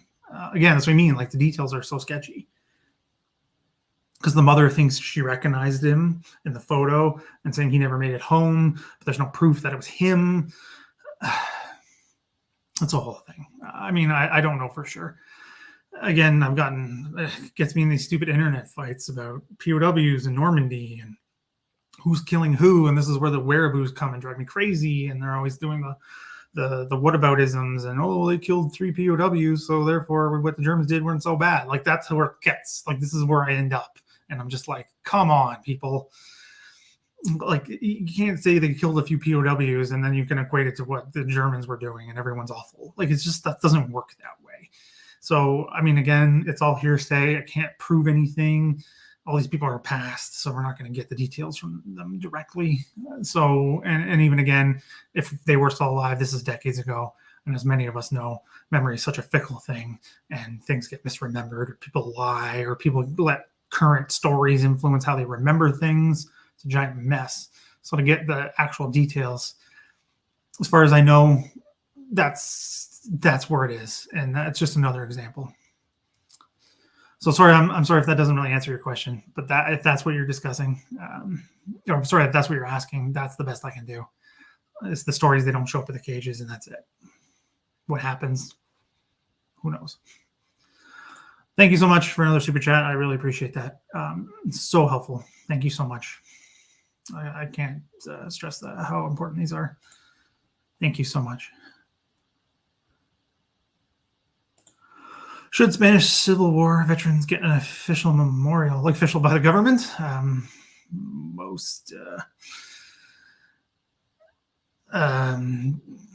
Most Canadian veterans don't have a memorial from the government. We have the National War Memorial, and that's for everybody. But I don't think that includes the Spanish Civil War vets. They have a memorial in Ottawa, as Dave knows, and Dave Gripstad's watching. I don't think he is. It's just by the memorial, the artillery memorial, sorry, same park. Next to the Commonwealth Air Force's memorial for North America, for those lost with no known grave. It's in the same park, across from the old City Hall on Green Island there by the falls, where there's a bar, which is really cool. They have a memorial. It's not official, but that said, most of the Canadian vets don't have an official memorial period anyway. Like the National Memorial is meant for First World War, right? And they adapted it to later, instead of building one for each individual thing. And so far about the Canadian volunteers in Ukraine, that is so new and so hot button. I am not touching that with a 10-foot pole. Sorry, Jeff, you are a channel member. Thank you. I'm not touching that. Not touching that right now. Maybe later. Not right now, because I will get in trouble no matter what I say.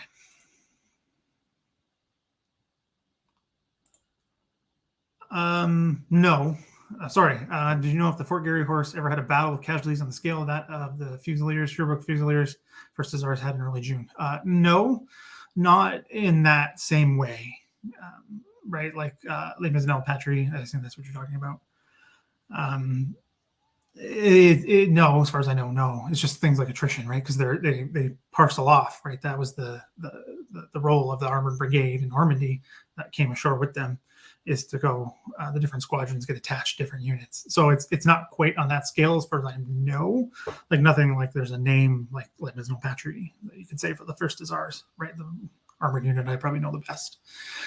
As far as I know, no, it's just traditional things. And then later on, bigger things like Total Eyes and Tractable and things like that. But, there's the clearing of the villages and things like Windsor, Operation Windsor, Charnwood and all this stuff. I don't think there's anything on that scale. That's why that one sticks out so much, because the scale is massive. I mean, the casualties that the First Hussars take and the Queen's Own Rifles at the time is massive casualties on Canadian scale. Like it's that's why it sticks out, I think, so much. So as far as I know, I think it's more of an attritional losses. Oh, thank you, Ivan. That's really appreciate that coming from you. Yeah, I don't know. I feel like I'm just a normal guy just having to get a PhD because I'm so obsessed with this stuff. I can't let it go. So I just said, hey, let's get a degree in it because I didn't like what I was doing at the time. And I can't get this stuff out of my head. I figured, why not? So I don't know. I just feel like I'm a normal guy. But thank you. I appreciate that.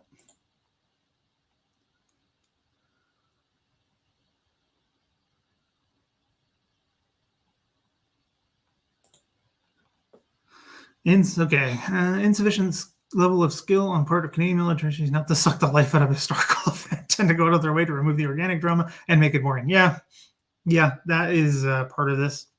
Going back to the question about why people think Canadian history is boring. Yeah, I agree. Some of those, earlier foundational historians can just, I have some of their books over there. Great historians and did their work, but God, it's so boring. Their writing is so boring. You have to be like a big nerd like me not to get bored. And even then, sometimes I would fall asleep reading these books. Valuable works, but my God, no one's going to read them for interest. Excuse me. I completely agree. There's all this drama and stories, like I said. I guess that's what I kind of meant by stories, is like the drama, that human interest, that friction, that, that element that gets people excited or people revved up. It would cut it out. because it's not good enough, or it's not how it should be, or it doesn't fit a narrative of what Canadians are supposed to be like, which that one drives me nuts. I know you didn't ask about that, but it does. Okay, yeah, I've seen a bit of this too.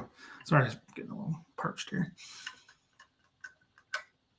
It does seem to be popular on YouTube with certain channels. I think it's because of the American connection, probably, because it has such a foundational impact on setting up the United States and the revolution. I think that's probably why. I mean, because YouTube's a numbers game, right? It's that's the problem. Excuse me. It's such a numbers game. You got to get those numbers on side, and that's how these things take. They take on lives of their own. Like it's happened with some of my content, more the shorts than the long forms. If you don't know what the shorts are, it's like the TikTok of YouTube. They're trying to really push for that, especially now. So I've had some of those blow up and do like hundreds of thousands, but like no long form has ever done that. But I think that's a good chunk of it, is because again, like having Americans on board is huge. And I think there's American interest in that. Actually, I know there's American interest in that, particularly on the East Coast where all this stuff happens.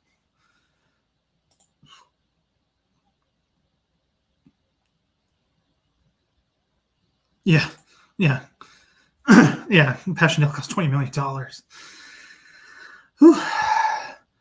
So much.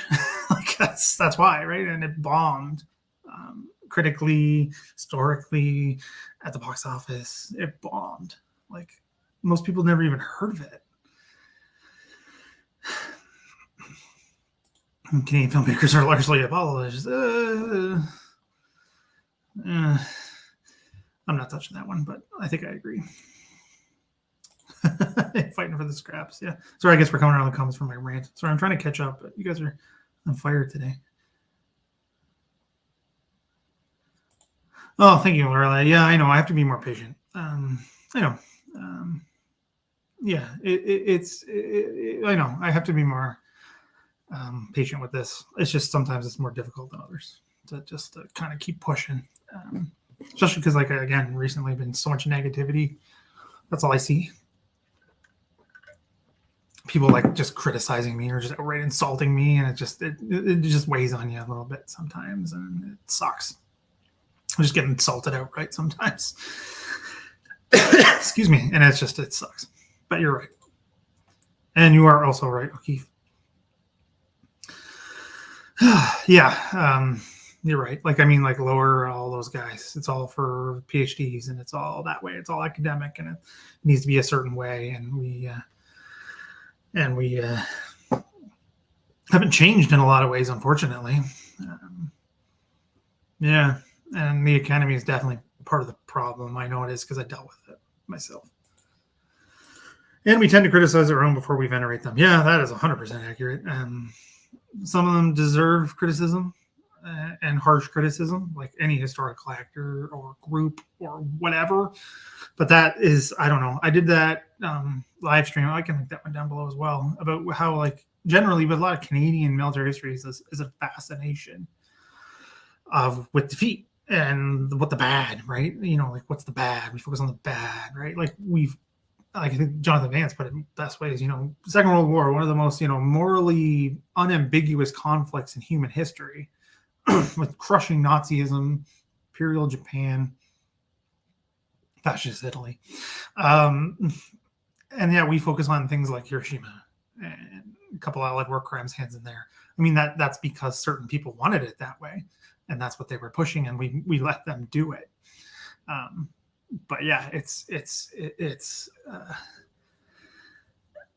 how that goes, and Canada needs to get over that in a lot of ways. I mean, we always have to criticize, we always do, but we should venerate. I don't even know if venerate's the right word, right? As academic, that word, that whole idea. Not an academic, is an academically trained historian who now does public history for like 99% of what I do. It's different, but I understand what you're saying, and I agree. We paid for a rant. I'll rant anytime you want. I love a good rant. Yeah. It's good. I'm not saying it's not good. It's just I haven't seen it in so long.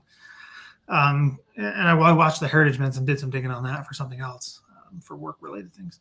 But it was well received at the time. I just don't think it's made a long term impact because the Euro stuff is it's a whole other thing. The Euro is another one of those stories that's taken on a life of its own. That's tinged with anti-Americanism, little Canadian thinking, as I like to call it. We always think small, we don't need to, that kind of thing. And I think this played a part into it, but I think that mythology was already set in stone well before that movie came out. But yeah, it was well done for a Canadian TV film. I mean, it had Dan Aykroyd in it, so that's something, right? So it's got its good uses, and it led to more discussion of the Euro. But I think it just kind of continued the same. We're on the same cycle we've always been, unfortunately. Oh, well, thank you. I appreciate that. No good movies. Yeah, if people are being taught properly, I think that's a big part of it. It's just we have to encourage people to get interested in it, and we can't quash people's interests. Like, people have different interests in things, and I think this is just again, I haven't been in that education system in a long time, but it's just something. I think that the education system generally in the Western world, anyway, I can't speak to anywhere else, but is lacking in that sense. Is we don't encourage interest. We don't encourage what people are good at in certain ways. Like myself, mathematics, like that's my high school experience, is me thinking about mathematics. I am terrible at it. And I did it. We have to do it all 4 years. Couldn't do it. I don't do math on a given day anymore. I learned all this stuff that just caused like panic attacks in high school about math. I don't even remember what it is anymore. We don't encourage, individual interests or what people can do or different paths. We don't encourage that. We don't encourage that in the Canadian system. And I think it's a huge mistake, and it's hurting us. And this can apply to history. This can apply to music. This can apply to drama, to things like trades. Like, that's another thing that is still seen with a dirty word in this country if someone wants to not do that. Not do this sort of traditional path. And again, this is rich coming from me with a PhD, but like doing that path. I also went to college, just saying, which is different in Canada and the US. So Canada, university and college are not the same. I did both. So it's how I've thought about this. So it's got huge implications that go well beyond Canadian military history. And I think we need to rethink what we're doing. Oh, thanks, Dave. I really appreciate that. Your support for me. Yeah, it means a lot, Dave. You've done so much for me, and I think I've told you how much you've done for me, and it means so much. I know, right? I love our good rants. I just like doing it, and obviously I get passionate. So, as you guys are my hardcore followers know, I get passionate about these topics and get upset. But yeah.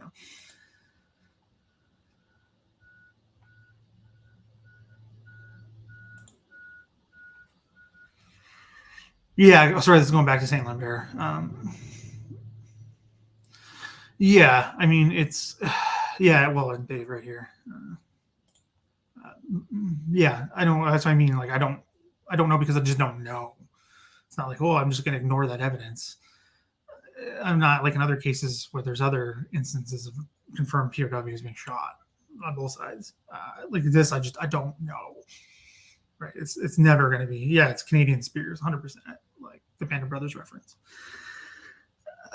It's not gonna. That one's never gonna be solved because you guys are on a roll, man. Love this today, especially on a Sunday afternoon. Love it. It's utter chaos. Yeah, like August, the closing the gap, the mopping up. It's utter chaos that we just ignore in a lot of ways because we like a clean narrative. We like a clean break. We're like, Normandy's over. We're going to the German border now. We're going to Belgium. We like a clean break, even though there isn't a clean break. Like, they're still fighting across France. There's still this. There's other things going on, and we're still cleaning up after this. So much going on that we just move past. I don't like it, but I do my best. Yeah. Yeah,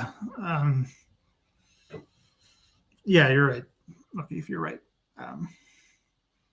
It's just rumor. There's no confirmation of any of this. Nothing.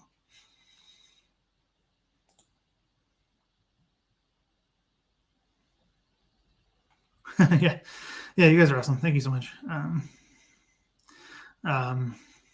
Yeah, you guys are amazing. Thank you for the super chats. I really appreciate it. Yeah, I mean that's how I always get it, right? Is it's always like some guy said this, or I heard from this guy, and it's even veterans who are there, and we know they're there. This is an exaggeration, but you know what I mean now, because he's unfortunately again these guys have all passed. It's always like, oh, my grandfather said this, and then I'm like, okay, who's your grandfather, or where were they involved? And it's silence. So I get accused of this all the time that I'm just ignoring evidence. I'm not ignoring evidence. I'm pushing on what a historian is supposed to do. I'm not supposed to just take your word for it. That doesn't mean anything. I can say I'm emperor of the moon right now. It doesn't mean anything. I can say whatever I want, but it doesn't make it true. So, you know, when you push on details, the whole story falls apart. That's the problem. You can never get the whole story. It always makes me think of the supposed crucified Canadian soldier at Second Heap. They literally investigated this, again, seemingly to their full power, the Canadian government, with all the resources, they didn't hold back. And they couldn't find the detail. Every time they go to talk to somebody who supposedly saw it, said, oh, I didn't see it. I saw it. He told me about it. And he goes, I didn't see it. So this is the same. It's the same. It's the same. And we never get the clear picture. And people just make assumptions based on what they've been told. Yeah, I mean, yeah, Kerpike. Sorry, going back to the Fort Garry horse here, but yeah, that's what I mean. Like, I think Windsor is probably the only one, but I don't think it's gonna. It's not. It doesn't take on that same sort of resonance as like Le Mesnil-Patrie or something like that, you know, or the landings losses and things like that. Just as that have to do more with Kerpike and how that's understood, maybe, but that is a high number, particularly for an armored unit. But that's maybe a historiography thing, not a commemoration thing. Yeah, I mean, primaries are so important. That's where you got to go back, as you would know, O'Keefe. That is your thing, right? That's the importance.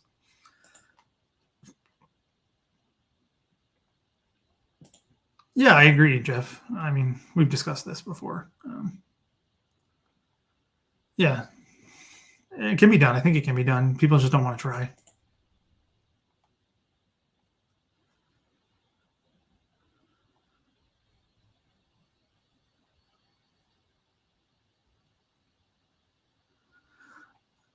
Okay, does anybody have any questions or anything I missed? Because I think I'm at the bottom of the chats.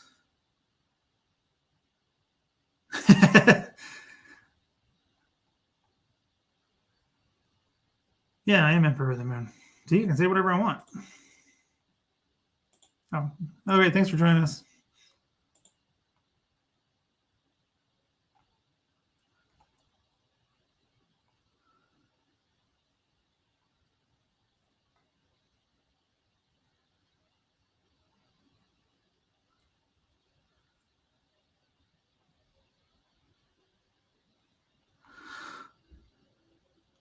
My brain is empty now. Yeah, I'm getting there too. What's for dinner? I don't. Hold on. Oh, these questions are flying in. But me personally, what's for dinner? I don't know. Leftovers. Let's see what's in the fridge. I think there's rice left. And my dad was in town. Oh God, for the hockey game last night. That was rough. Don't want to talk about that. But yeah, I think I got some leftovers. Last night was rough. Ugh. God, that organized and that arena is so poorly organized. God, don't want to rant about that. Oh well, thank you for that opening. The plans. So yeah, I have a few. I'd love to do more live streaming. Like I said, it's just been hard this past month just to get it organized because I'm just so busy. Like for the first 2 weeks of January, I was working. It's not for the pity. It's just I wish I could do more. I was just working like 12-hour days every day just to get stuff done. So I just like after that, I'm like my brain has gone out of everything, you know, and I'm like I'm done. So there's that. So I'd love to do more live streams. That's a big goal of mine, not for any big thing, just because I enjoy them. I enjoy getting people on here, new voices especially. That's a big goal of mine is to get more new voices. grad students, people working on topics that aren't discussed too much, all that stuff. I'd love to have that. So if anybody wants to come on or knows somebody who's working on something and might be willing to appear, please let me know. We can always broaden that a little bit. I know Canadians in the title, but we can always broaden that because I know I have quite an international audience, which is amazing because that's something I literally never thought would happen. That can be another goal, is to expand a little more internationally, which I love. But yeah, so if anyone's working on anything, I'd love to do that. So another plan I have is to try and get more subscribers, not just for a clout thing, not to, all that stuff. It's more because it helps. Just the more eyeballs, the better. So I'm trying to do that. I'm trying to get that moving. I'm trying to get more people interested. It's taking on life of its own. I'll be on World War II TV this week coming up on Saturday. Yeah, I think so. I forgot to talk about that. Talking about the Hong Kong POWs and their experiences. So I'm trying to do things like that to get it going. That's a big plan for me, is to do more stuff. Things like that. Yeah, so that's a plan. There's a few topics I'm going to cover that I've discussed with things like with patrons. Another thing I'd love to do is get more patrons. Any little bit, really. I mean, it sounds like a cliche at this point if you're involved in content creation or anything like that, but it does make a huge difference. The more I can get from that, the more I can focus on this. Because if I can't get this to pay enough just to survive, I have to go do something else. And people expect work when they pay you. They want you to do things and be places and not do other stuff. A stupid system, but that's the one we live in. It thwarts me, So that's just what I mean. So I'm trying to work on that. Another goal I have, it's not really fully worked out yet, is maybe more online content, but from an academic research, primary evidence-based stuff. I want things for people to also be found easily. I don't know. I haven't really thought about what this will look like yet. I've been bouncing the idea around in my head, trying to poke things out and talk to people, but about doing a website of something I know what people would use, or people that like me who need these things and can't get access to stuff and need things like that. It's primary documents and narratives and talking about units that don't get discussed and things like that. There are people doing amazing work, but we don't have a collected area where we can see all this stuff. Library Archives Canada website is hit and miss. Stuff disappears. So it's difficult. I want something strong. So that's a goal I've been kind of trying to think through. We'll see, but that is a goal. I'd love for OTD to become self-sustaining this year. That is a big goal for me, and I do have to make a plan. I would love that. I'd love more subscribers, more support. That would be awesome. I know I've already, you guys are my core, so I don't want to keep asking for more, but it's just, that's the goal, is to try and just get a bigger audience so I can keep doing more. Because if I can't do more with this, then I have to do other things. Because again, people want to be paid in money. They're not just going to give me electricity for free. So, I got to do these things. But that's my big plan. Another plan would be, and this connects to, where'd it go? Battlefield tours. That's a goal for mine for this year. I have a meeting coming up this week about possibly doing one. Nothing set in stone. It's shakiest ground you can be on for setting something up like this. I've been on one. I've never done one, led one or been part of one from the education aspect or leading one in that way. I'd love to do that. If anybody wants to, hey, anybody Canadian historian wants to talk about something, I'd love to come along. But I do have some meetings coming up on this. Nothing says no, so I can't say for sure. But I'd love to do one if people need a historian, and I can do it. But yeah, that's an excellent question. Where would I love to go? So I've done Normandy in depth. I'd love to go back. Love Normandy. I just love Normandy because the people and the food and the place. I just love Normandy. If it wasn't for if it didn't have the battlefields, I'd still love to go there because I had such a great time with the Norman people, and it was amazing. Anyways, and did the First World War, most of the Canadian battlefields on the Western Front. Again, if I were gonna, do a swing for the fences, big thing, I'd love to do some of the smaller islands in the Pacific. That's a big one for me that I'd love to see. Peleliu, when people ask this, Peleliu, that's the one I want to see. Study that campaign a little bit because I was doing work on dissertation proposal for that as well, for applying for PhD programs way back when. That was a big one for me. I'd love to see that. I'd love to see Guadalcanal as well. Those are big ones for me. And a new one of recent is Kiska. I'd love to go to Kiska. I know it's not technically a battlefield, but I'd love to see the Aleutians a little more in depth, because it's just such a fascinating place, fascinating history, fascinating people. I'd love to go there. I'd love it. So those are like that's like the big one. But I know I've been to Dieppe as well. Yes, that doesn't quite fit the Normandy, even though it is in Normandy. Not the same, but yeah, I'd love to go there. And I haven't been to the Netherlands. That's the big one. That's the big Canadian one for me, is visiting the Netherlands and the sites, going to Nijmegen especially. I'd love to go to Nijmegen, and those parts of Belgium as well that don't get as much love from the Canadian perspective. I'd love to do those. And the cemeteries are a big one for me. Groesbeek is a big one that I'd love to see, because I've done so much research on all of that. So yeah, hopefully that's a good answer. When will the next live stream be? That is an excellent question. So this week again is crazy for me. I'm trying to do something for my patrons and YouTube channel members next weekend, so I can't really do a live stream next weekend. The next guest live one lined up is with Dave Gribstad, talking about Operation Veritable and the artillery fire plan, which is amazing because he is a gunner. He's been on the channel before. Amazing if you've seen those presentations. Those are stuff. So we're going to talk about Veritable on the 8th, I hope. We have to nail those details down. I got to talk to Dave. But that's going to be the next, that'll be the first guest of 2023. So that is the next planned one. Just again, so busy. But yeah, so that's one. I'm excited about that because I like talking about Veritable as well. It doesn't get enough attention, the fighting in the Rhineland. I had Jesse Alexander on a long time ago talking about Veritable. Haven't touched it since, and I want to do more. And so I'll have Dave on. It'll be great. So thanks for coming on board and watching. I really appreciate it. And the super chat again. Thank you. Ooh, who likes pie? See you, Lorelei. Thank you. I will send you a message, Dave. Thank you.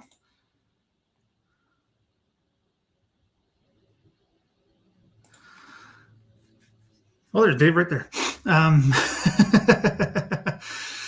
Sneaking in at the 11th hour. Yeah, well, I mean, O'Keefe would be the man for Dieppe, but I'm not going to say no. I don't know. If anyone's doing one, I'd love to go again. It's been years and I miss it.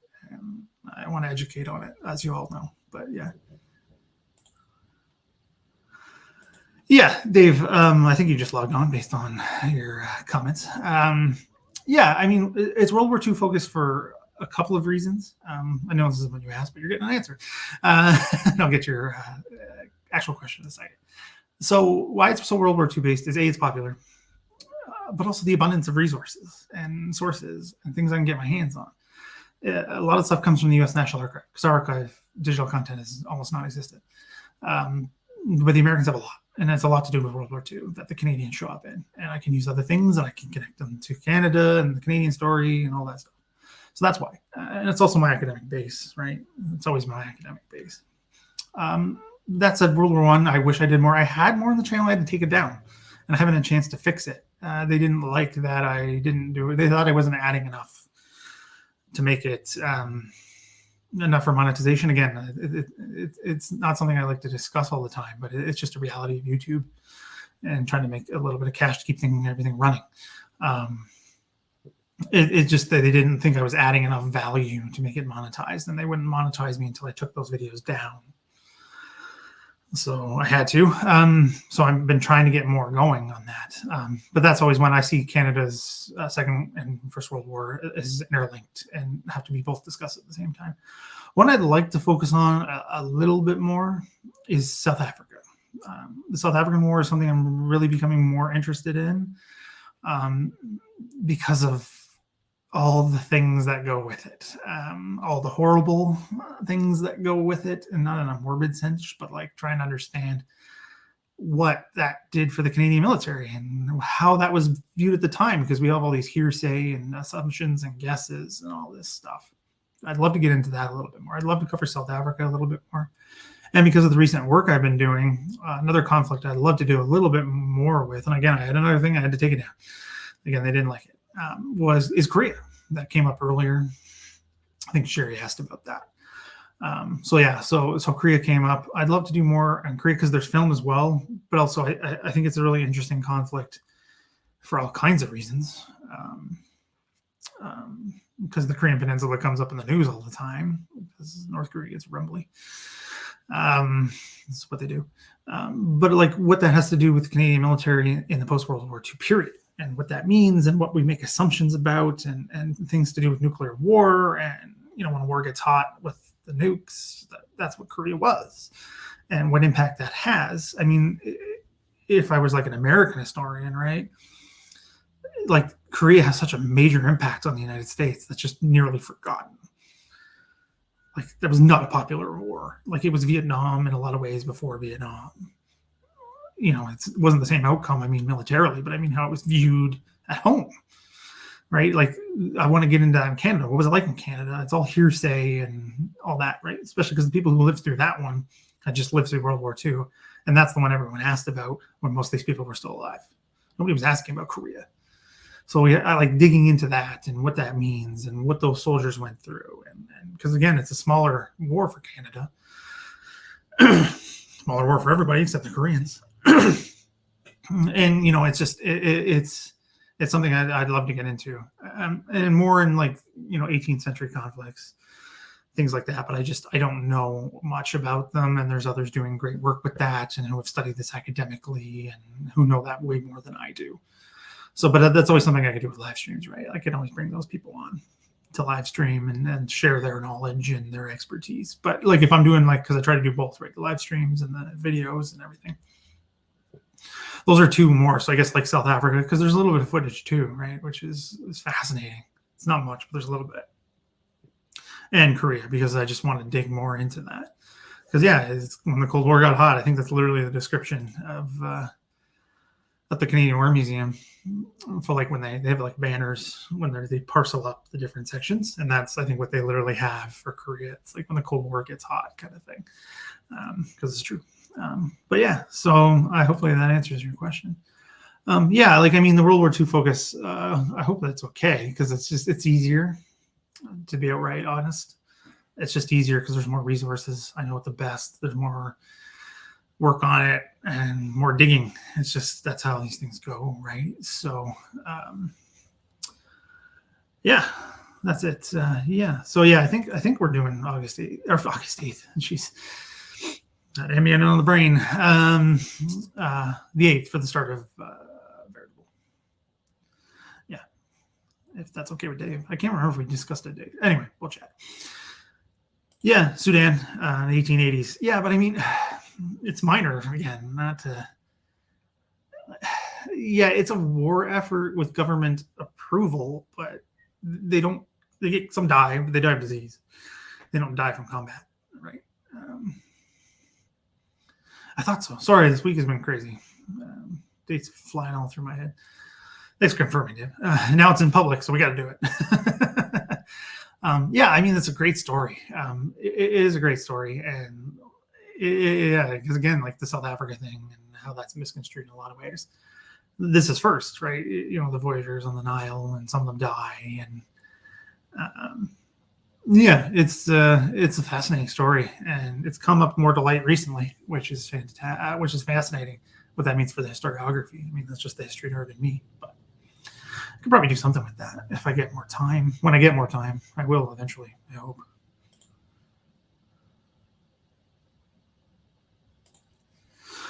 That's an excellent question.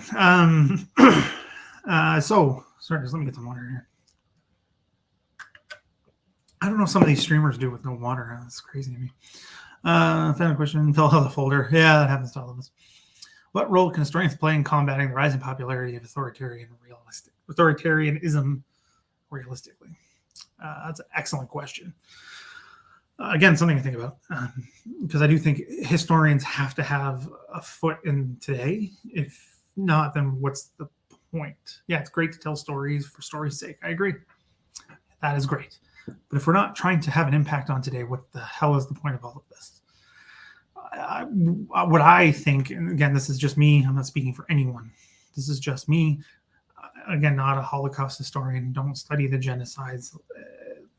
that have taken place, like Armenia, things that happen in Southwest Africa, and what's happened with the indigenous peoples of the Americas and East Asia, all that. I don't study that. But what I think the historian's role needs to be is, again, keeping one foot in the present in that sense. We have to talk about these things in the past. We can't, let them go away, because that happens. That is people's goals. There are people out there who want that to happen. They want these events to no longer be discussed. And they go about that in all kinds of ways, particularly in the digital world. Yeah, there's trolls out there who troll to troll and are just assholes to be assholes. We're 2 hours into the stream. I think I can swear now. That's what they do. But there are people out there who work for governments, organizations, who are trying to do this. And they do this as a concerted effort to make these things go away. I'm thinking about neo-Nazi groups who do these things in an organized fashion, who try to get out there, try to muddy the waters, try to distract, try to throw out questions and make people question things that don't matter in these discussions. So that's what I'm like. I mean, it's a simple message that others have been repeating, particularly recently, a lot, especially with Holocaust Memorial Day being on Thursday or Friday. I think Friday, just this past week. That's what they try to do. They try to confuse, distract, and get you talking about other crap that doesn't matter. When you need to do that, so you need to stay on focus. You need to keep pushing the stories, whether what people are trying to do. You have to ignore them and keep going. That to me is important, but that's just my opinion. In that sense, that is in and of itself is something we can do and realistically have an impact. People are forgetting, or not even forgetting, like they do these polls all the time and ask people questions about historical events. Like when we say like forgetting, we mean collectively. Like when we think about the Holocaust and what that, the numbers, and like people think less and less people. When they ask, they think the number gets smaller and smaller. How many people died in the Holocaust? Like the number diminishes every time they do one of these major polls, especially in Canada. The number has like dropped dramatically in what they think people have died, because that's what neo-Nazis are trying to do. Trying to say it wasn't as bad as it's meant to be said, and the numbers were small, and it wasn't this, and it wasn't that. Like it's keeping the facts out, because that's the best thing to do to crush authoritarianism is fact. Supported fact. That's what they hate. They hate fact with evidence, because that doesn't help them with their goals, because they need to lie. They need to embellish. They need to create an enemy. That's what they need to do. And if you come in as a historian and be like, well, hold on a second. That's not true. It's not so, black and white. There's this gray, there's this part, like that's what something I think historians can do to stop that, and keeping the facts straight, keeping the stories going. Also, and this is, again, I've said this before, but academically, it's a lot of navel gazing and tribalism and focusing on things that don't matter, or only worrying about what goes on in the academy. Like that is something we have to just get rid of. I don't know how the people can still think this, that they can just write academic books and that's going to be good and we're going to have an impact. Nobody gives a crap. It's not good. Like that does nothing for anybody anymore. This isn't the 1950s. Like academics are becoming irrelevant because nobody's listening. You can have the best piece of scholarship on topics, and if nobody knows about it, it doesn't matter. So that's something I think all historians have to focus on. This is why I'm saying this, because we all have to do it. You all have to have outreach. You can't just all sit around at the academic, in your department and only talking at conferences. That doesn't do anybody any good. The world turning inward like that, the profession turning inward, is going to kill it. And we're already seeing that happening. And it's just, it breaks my heart, to be honest. I don't like it. I don't want to see history disappear, in the sense of we need the universities to keep teaching it, but we need to find a new way forward. And I think that's the one thing we can do to tackle this rising authoritarianism. Keep the stories going. Keep these things going. Don't let the people muddy the waters and try to change the morality of the game. Like that's literally what the Nazis tried to do. They tried to change morality. Like we can't let others do that now. People tried to change morality and things and make enemies and marginalize people, and instead of celebrating things that were all the same, because fundamentally I think all humans are the same, because we are, it's just science. But I mean, people have different experiences and different backgrounds and experiences and education and thought patterns. I'm not saying that every individual is the same. I'm saying when the base, we are all human. So that's another thing, like trying to find the common ground is another thing I think historians should be doing, because that's what history has always been, is try to tell the stories and keep these things together. We all do it. There's a reason why we all do it. We just do it differently. But that's a more personal belief thing, that we are all so similar, and through time, space, culture, language, we're all so similar. It's funny when you see things of different time periods. Like me and my wife watch stuff, and then you'll see like a kid in like, 19th century film, and they act like a kid acts today. Nothing changes. Or you see a kid from another culture that's been cut off from the outside world, and they act the same. Like it's amazing to see that. So that's what I mean. Like looking at these things and how we're the same, and telling the stories, I think is probably the basic, simple answer to all of this. Is we can just keep fighting, to keep telling the stories, to tell what's happened and why it's important, and why we need history and what we can learn. Because if you're going to keep making the same mistakes, it's just going to keep going down the same pattern. And we've been doing good with that, I think, as the human race more recently, but we're sliding backwards, and I don't like it personally. Yeah. So hopefully that's a good answer. I'm not like a historian on authoritarianism or on the front lines of this and say community organizing and things like that, but it's something I have thought about, because it's obviously come up, and I deal with neo-Nazi trolls all day long, and it's just something I've thought about, and trying to be like a foot soldier for history out there and the digital trenches, so to speak, and keep these things going. So thank you again for the other super chat. I really appreciate it, and I appreciate you coming out to the live streams. I don't think I've missed any questions, so that is awesome. If anybody has, I've got nowhere to go. So if there's anybody new watching or has questions, or if you think it's silly, or you want to ask personal questions or whatever, that's fine too. If you want to get to know me a little better, that's good with me. I just want to see if I missed anything.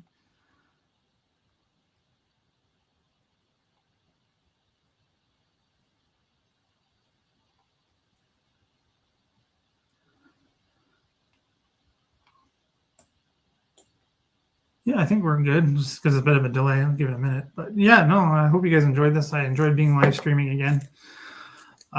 Missed it, obviously. Oh, yeah, Mrs. Cook from Ivan. Yeah, truth hurts for history trolls. Yeah, no kidding. Eh? That's the best weapon we have, is the truth. Supported truth. Therein lies the rub, right? Anyone can say...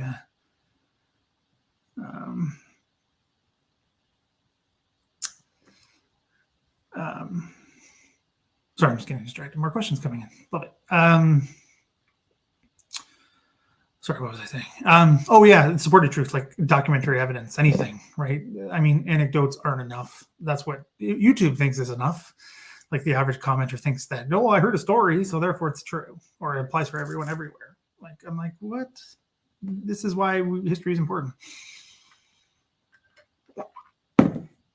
What is keeping you so busy? What is keeping me so busy? That's a good question. So I'm working on my day job now, is working with the RCAF, the historical section for the RCAF, doing stuff for the centenary of the Royal Canadian Air Force that's coming next year. Working on some projects and some groundwork and things like that. It's short-term contract, but it's like the typical 40-hour work week job kind of thing. So like my days are planned, right? So I have afternoons, and I'm working a project with the War Museum, so I have to do that on the side of that. So like I said at the beginning, or at some point, the beginning of January was like working 2 full days of work back to back every day. It was a lot. So I couldn't do anything. I just literally would run out of time. It'd be 10 p.m. and I'm like, I gotta go to bed at some point, I gotta get some sleep.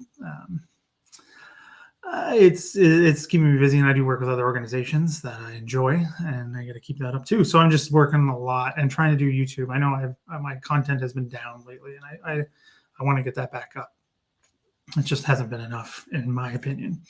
So I'd like to get that back up. So I try to do that too. So it's just real busy. So yeah, so multiple contracts to keep the lights on, pay the food bills, that kind of thing. So that's what's been keeping me really, really busy.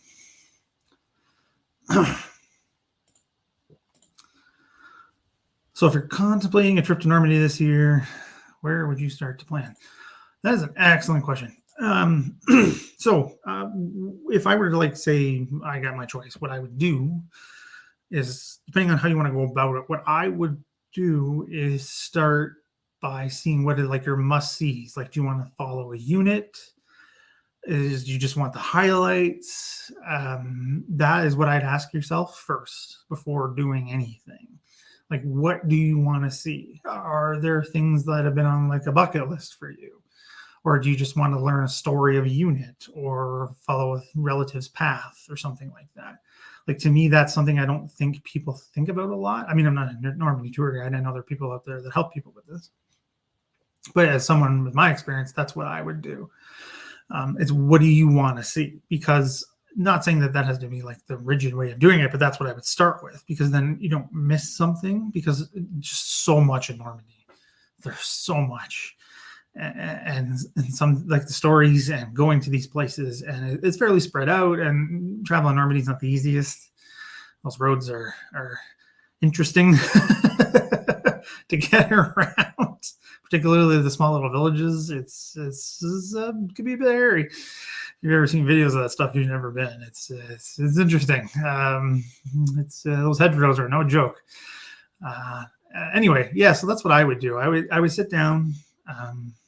What is your wanting? What's your goal? Do you want, like I said, a certain unit? Do you want to do just the American story? Do you want to do the Canadian story? Do you want to do a British unit? Do you want to do the airborne? You know what I mean? Is that what you want, or do you want the highlights? So with that said, I would say that's what you have to figure out first, and then go from there. Because with that said, it's going to sound kind of contradictory, but because, like I said, there's so much and there's so many interesting things there, and you learn things while you're there, just like you do anywhere else if you go on vacation or talk to people. There's always something new. Would be to give time for that, because there are so many days. Well, Dave's still here. He can definitely help you.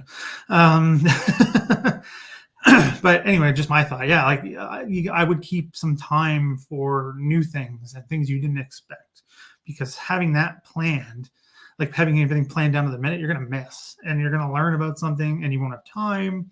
So I would make sure you have a core of what you want, depending on what it is you want to do, but also keep open your possibilities for new things, or to explore an avenue of a story you might only have learned of when you got there, right? Because there's all kinds of things that you run into, and memorials and plaques and things you weren't expecting to see, and that could lead down a rabbit hole of what's that story, or who am I talking to here, or what's going on there.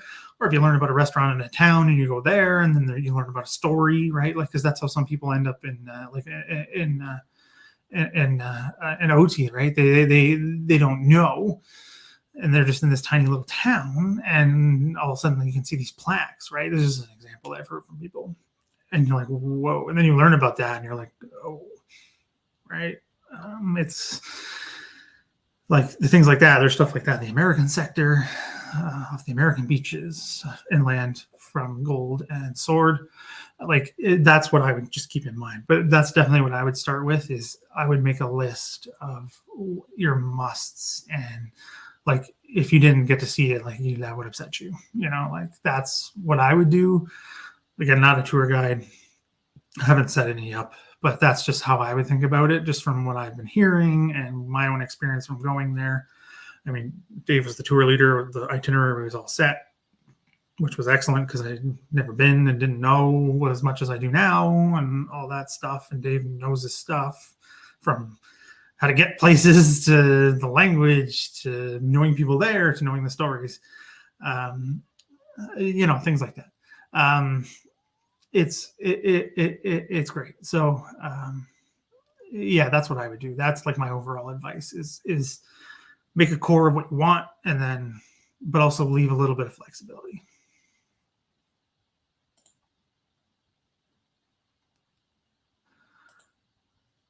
If I were to go to South Africa, I want to go everywhere, but South Africa is an interesting one to me.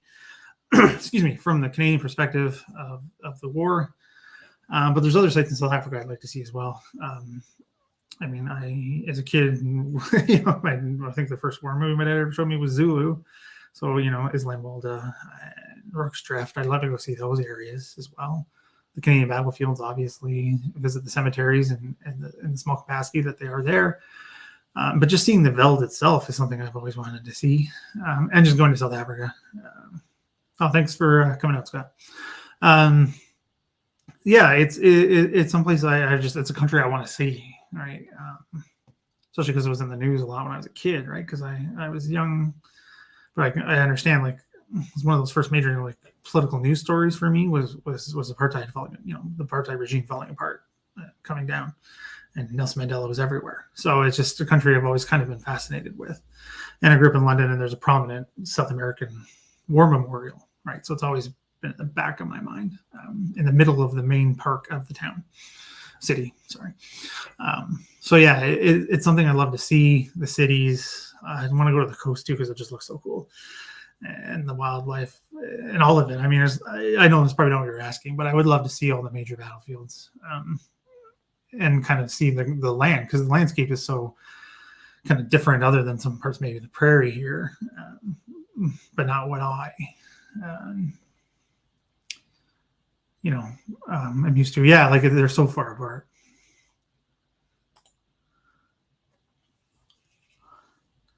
Yeah, like, yeah, they're also, well, it's a big country, right?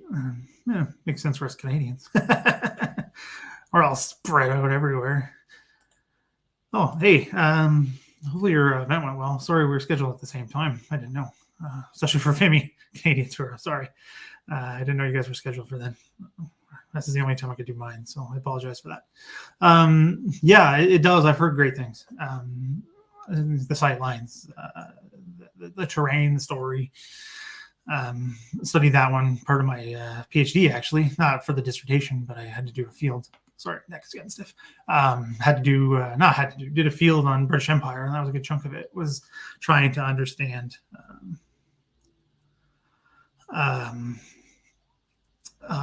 empire, and what that meant especially with South Africa, because some people see that as like kind of a watershed moment for the British Empire in a lot of ways. So it was fascinating to get to learn about all of that. And I mean, the changing combat itself is fascinating, and the lessons that are learned. But yeah, I hope the Vimy thing went well. Maybe I can watch it later, if it's going to be available. It should be, right? If I'm wrong, I could be wrong.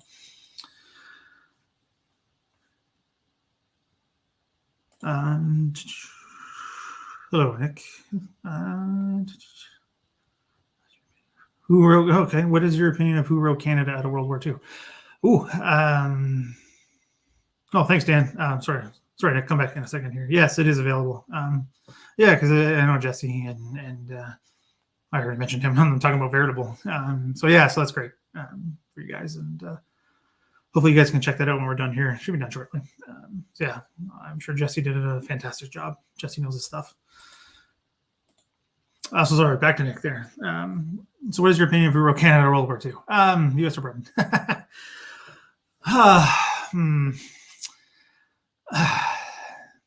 Can't say it's... there's a typical historian answer. It's complicated. All three is probably the best way to say it. We didn't do ourselves any favors. CP Stacey tried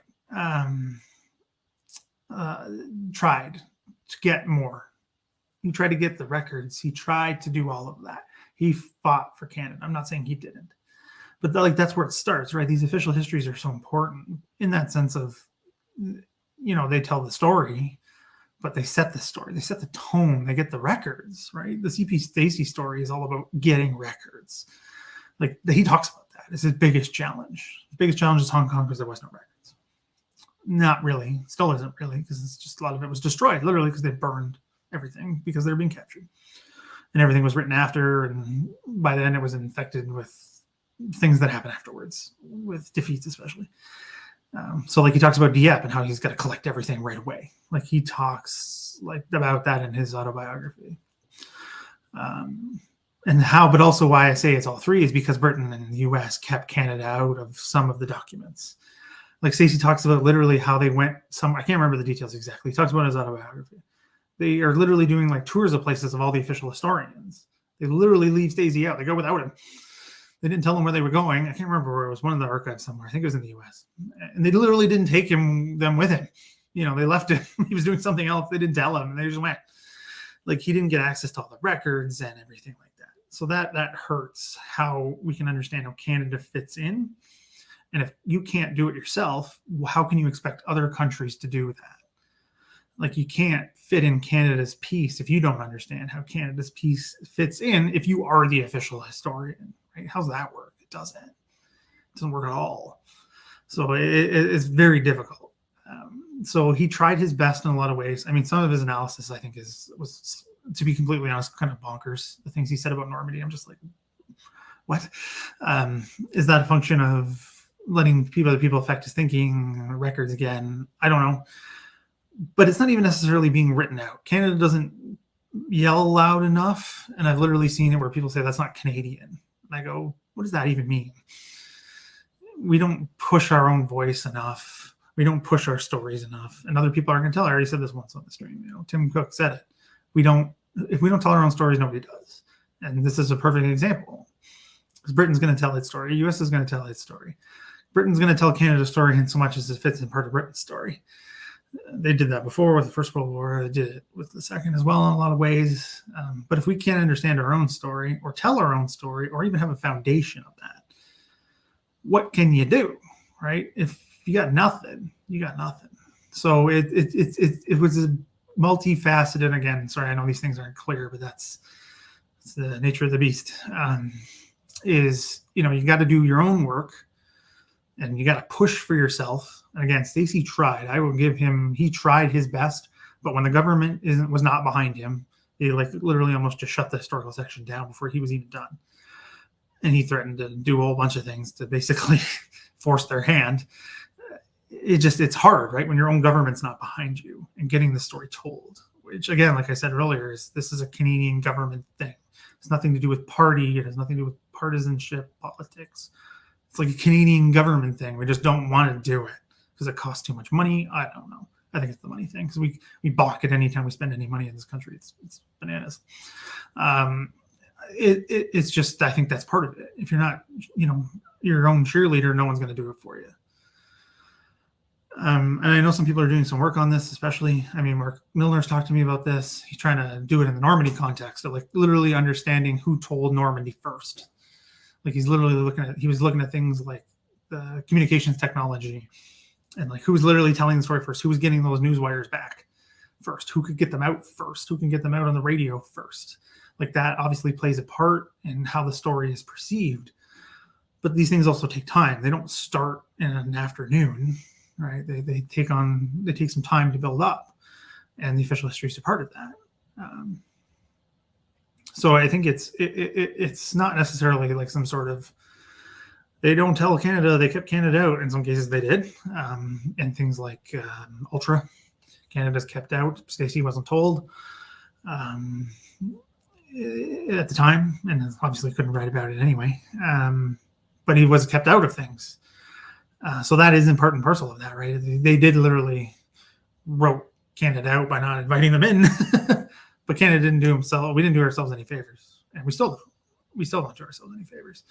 We let other people control the narrative. We don't do enough to be like, cool, thanks for that, guys, but we got it from here. Like I've just seen it. I still see it. I see Canada written out literally. I've seen Canada written out of Ortona. Like it does happen. Like it's some people do it out of malice. I think that's few and far between. Some people are just ignorant or get blinders on or have their own story that they want to tell, and they're just going to make it fit how they make it fit. Why I bring up Ortona, I can't even remember where it was, but someone said it was the 8th Army. Technically not incorrect, but to say that it's an 8th Army battle is disingenuous. It's a Canadian battle through and through. I'm sure, Jason, who was on the last live stream of 2022, would agree with me there. It's just, I've seen things like that. And literally, like, people have been trying to write Canada out of Juno Beach. And I'm just like, what are you doing? Like, trying to make it sound like it's a British beach somehow. Yeah, more Brits landed there. But I think, again, that's disingenuous. because Canada is the assault division. Canadians are the first ones, the majority of the first ones to touch that sand and get killed and take those buildings and push forward and get through that barbed wire and those minefields. Those are Canadians. This isn't a rah. This is just trying to tell it as it was. Like, it happens. It does happen, and then it's unfortunate. But I mean, it's depending on when you're looking at it, how you're looking at it, and again, it's complicated. But I know that's a cop-out. But it's just how I feel about it, and been doing this for a while, and especially historiography. I did a lot of work on historiography of Canada's war, having to do with my dissertation and some other things I've done. So yeah, so hopefully that's good. So I think that's it. You guys are almost 3 hours. I'm sure that's enough. You got other things to do. So thanks everyone for coming out. Thank you for the super chats. I really appreciate them. It's great to have those. Thank you so much. It means a lot to me. And thanks for watching, and the comments and the questions and the great stories and the sidebar and everyone chatting, sharing information, talking about trips and stuff. It's great. That's why one of the reasons I love doing this is getting people together and talking and learning stuff. And I learn stuff, which every day is school day, right? Always gonna learn something new. Yeah, so thanks everyone. So if Dave's still watching, we're gonna do veritable artillery, which is going to be fascinating. I mean, veritable in itself is fascinating. Really enjoy learning about that one. And yeah, I'm going to start to do some more planning. So thanks for coming out.